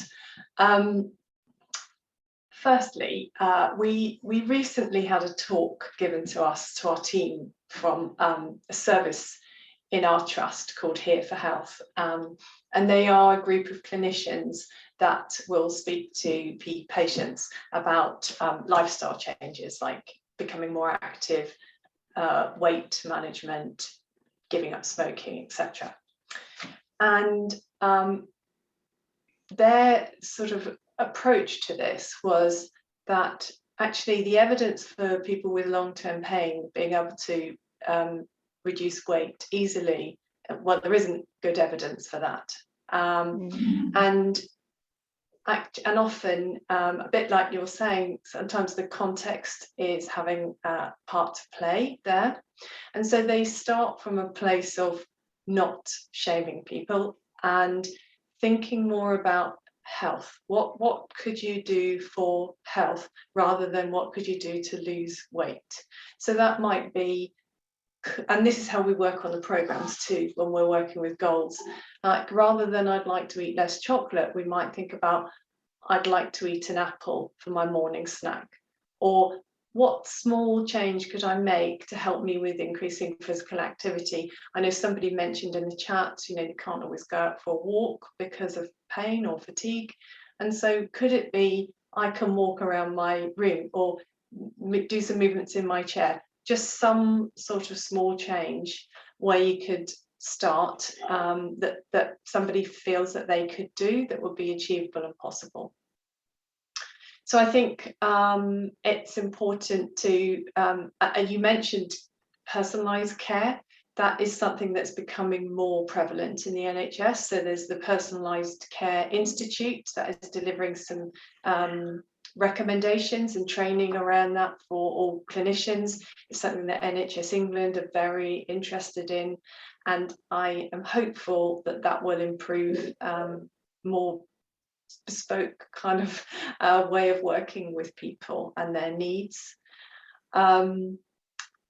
As to the context of the conversation, that sort of links to that. And I think that generally as clinicians, it's important that we spend time listening to people, hearing about their experiences, about their journey, about what they've tried, what they currently find helpful, so that we can work with people using their own resources about what's helpful to them. And also maybe part of that may be education in helping people understand that it isn't going to be a magic bullet, but sometimes education as the first thing isn't helpful for somebody. We might need to just hear them and build more of a therapeutic relationship before we move into these other areas. That's just my take on it. Leila, can I ask a quick question? I realise we're running over, but I think we had a few questions further back. What happens if you have fibromyalgia and ME, chronic fatigue, when the new NICE guidance is saying that, you know, they're not recommending exercise? So there are some people that have got both conditions. So what is the best thing for them to do? How should they approach trying to include some activity? Amanda might want to contribute to this as well. The NICE guidelines that came out for chronic fatigue ME have actually been withdrawn, which is not terribly helpful for clinicians. But the draft guidelines actually said that some level of movement and activity is useful for people living with that condition as well as fibromyalgia.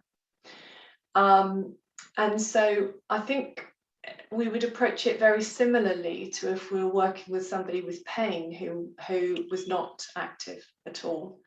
And so it might be starting with very small changes. It might be, you know, for people who are spending a lot of time on a bed, for example, it might be sitting on the edge of the bed and undertaking some activities for some minutes. It might be starting with some stretches in lying or sitting.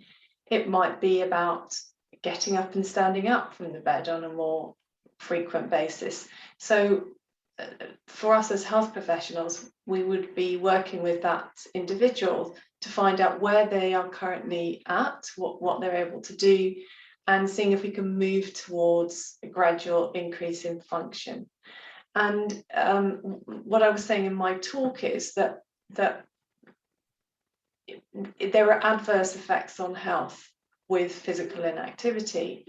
And so we're not wishing to push people into fatigue or a lot of pain, but actually not being active at all cannot be very helpful for long-term health. So it's trying to strike that balance. And when we have audited our data, we measure fatigue in a shoulder fatigue scale, and we've looked at people specifically with fibromyalgia, a group of about 120 patients, and we found that after rehabilitation, their fatigue improved. So before rehabilitation, the average score on the fatigue was equivalent to that of people with chronic fatigue syndrome. And after rehabilitation, it had dropped down. So the average score was not consistent with that sort of level that would be seen in a chronic fatigue population. And so I think if you can just gradually increase activity levels, fatigue may improve as well. I fully agree, Leila. I fully agree with all the approaches you said. And a lot of my role is helping people practically organise how they manage their activity throughout the day. As you well know, people often have good days and bad days, and on a good day, you might feel inclined to do a bit more and push yourself and get those jobs done that need doing. And then there's often then a consequent relapse or setback, and people then feel more fatigued or in more pain. And so it's helping people structure their activity and give them guidance and advice on doing bits little and often, and making sure they have rest breaks in between their activities. And also sleep scheduling, as I've mentioned in my talk, looking at making sure people do have some sort of structure with their sleep pattern, trying as best they can to go to bed on time, get up on time, have regular meals if they can, and to support activity in those day-to-day tasks as well. Lovely, thanks, Amanda. Well, thank you, everyone. What a fantastic session. Has anybody got any last burning questions before we bring this to a close?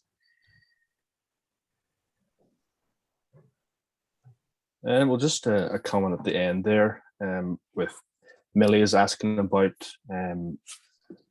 young people, and I can relate to that. There is unfortunately not a lot of support for young people. When I first got diagnosed, I was at 15, and all of the groups unfortunately were mature women, which I couldn't really relate to as a young male. I didn't really feel to fit in. So it's taken me a few years to kind of accept that. But still, even now, 10 years on and being involved with the Footsteps Festival, it's hard to find any other young people. And we're obviously trying to figure out how can we reach more young people, but I think it's partly down to young people so early in their journey are not ready. I wasn't ready. I wasn't looking for that, like accepting this is the way my life is going to be, looking for aftercare. You're still looking for those instant solutions. What can medical professionals can they fix me? So it's unfortunate that the care, the mental health care that they require and support, it's not even on their agenda. They're not ready for it. So it's a difficult thing. I'm not sure from your perspective about young people, how can we get more, like, connect together for that help? Well, this is a good place to start, I guess. I mean, there are clinical services for young people living with pain, as you may be aware, in London, Bath, Oxford, probably other centres as well. I guess now we have social media. Somebody put in the chat, maybe a Facebook group would be helpful. I also hear what you're saying, that for some people, maybe they're not ready to speak to others. So it's, yeah, I don't have a magic answer for that one, I'm afraid. But events like this, I hope will bring improvements. And we see a lot of young people in our service as well, people in their teens and 20s.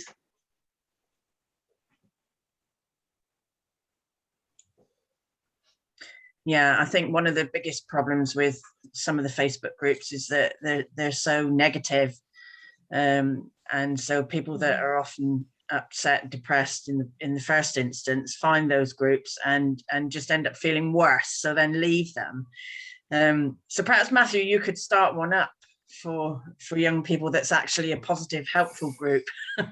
Yeah, well, that's what we're definitely trying to do at the Footstep Festival, is positive aftercare and moving forward, not just going to compound all of the negative thoughts. We're going to challenge them. Yeah. So yeah, definitely in the future, that's what we hope to do. I'm going to stop the recording now.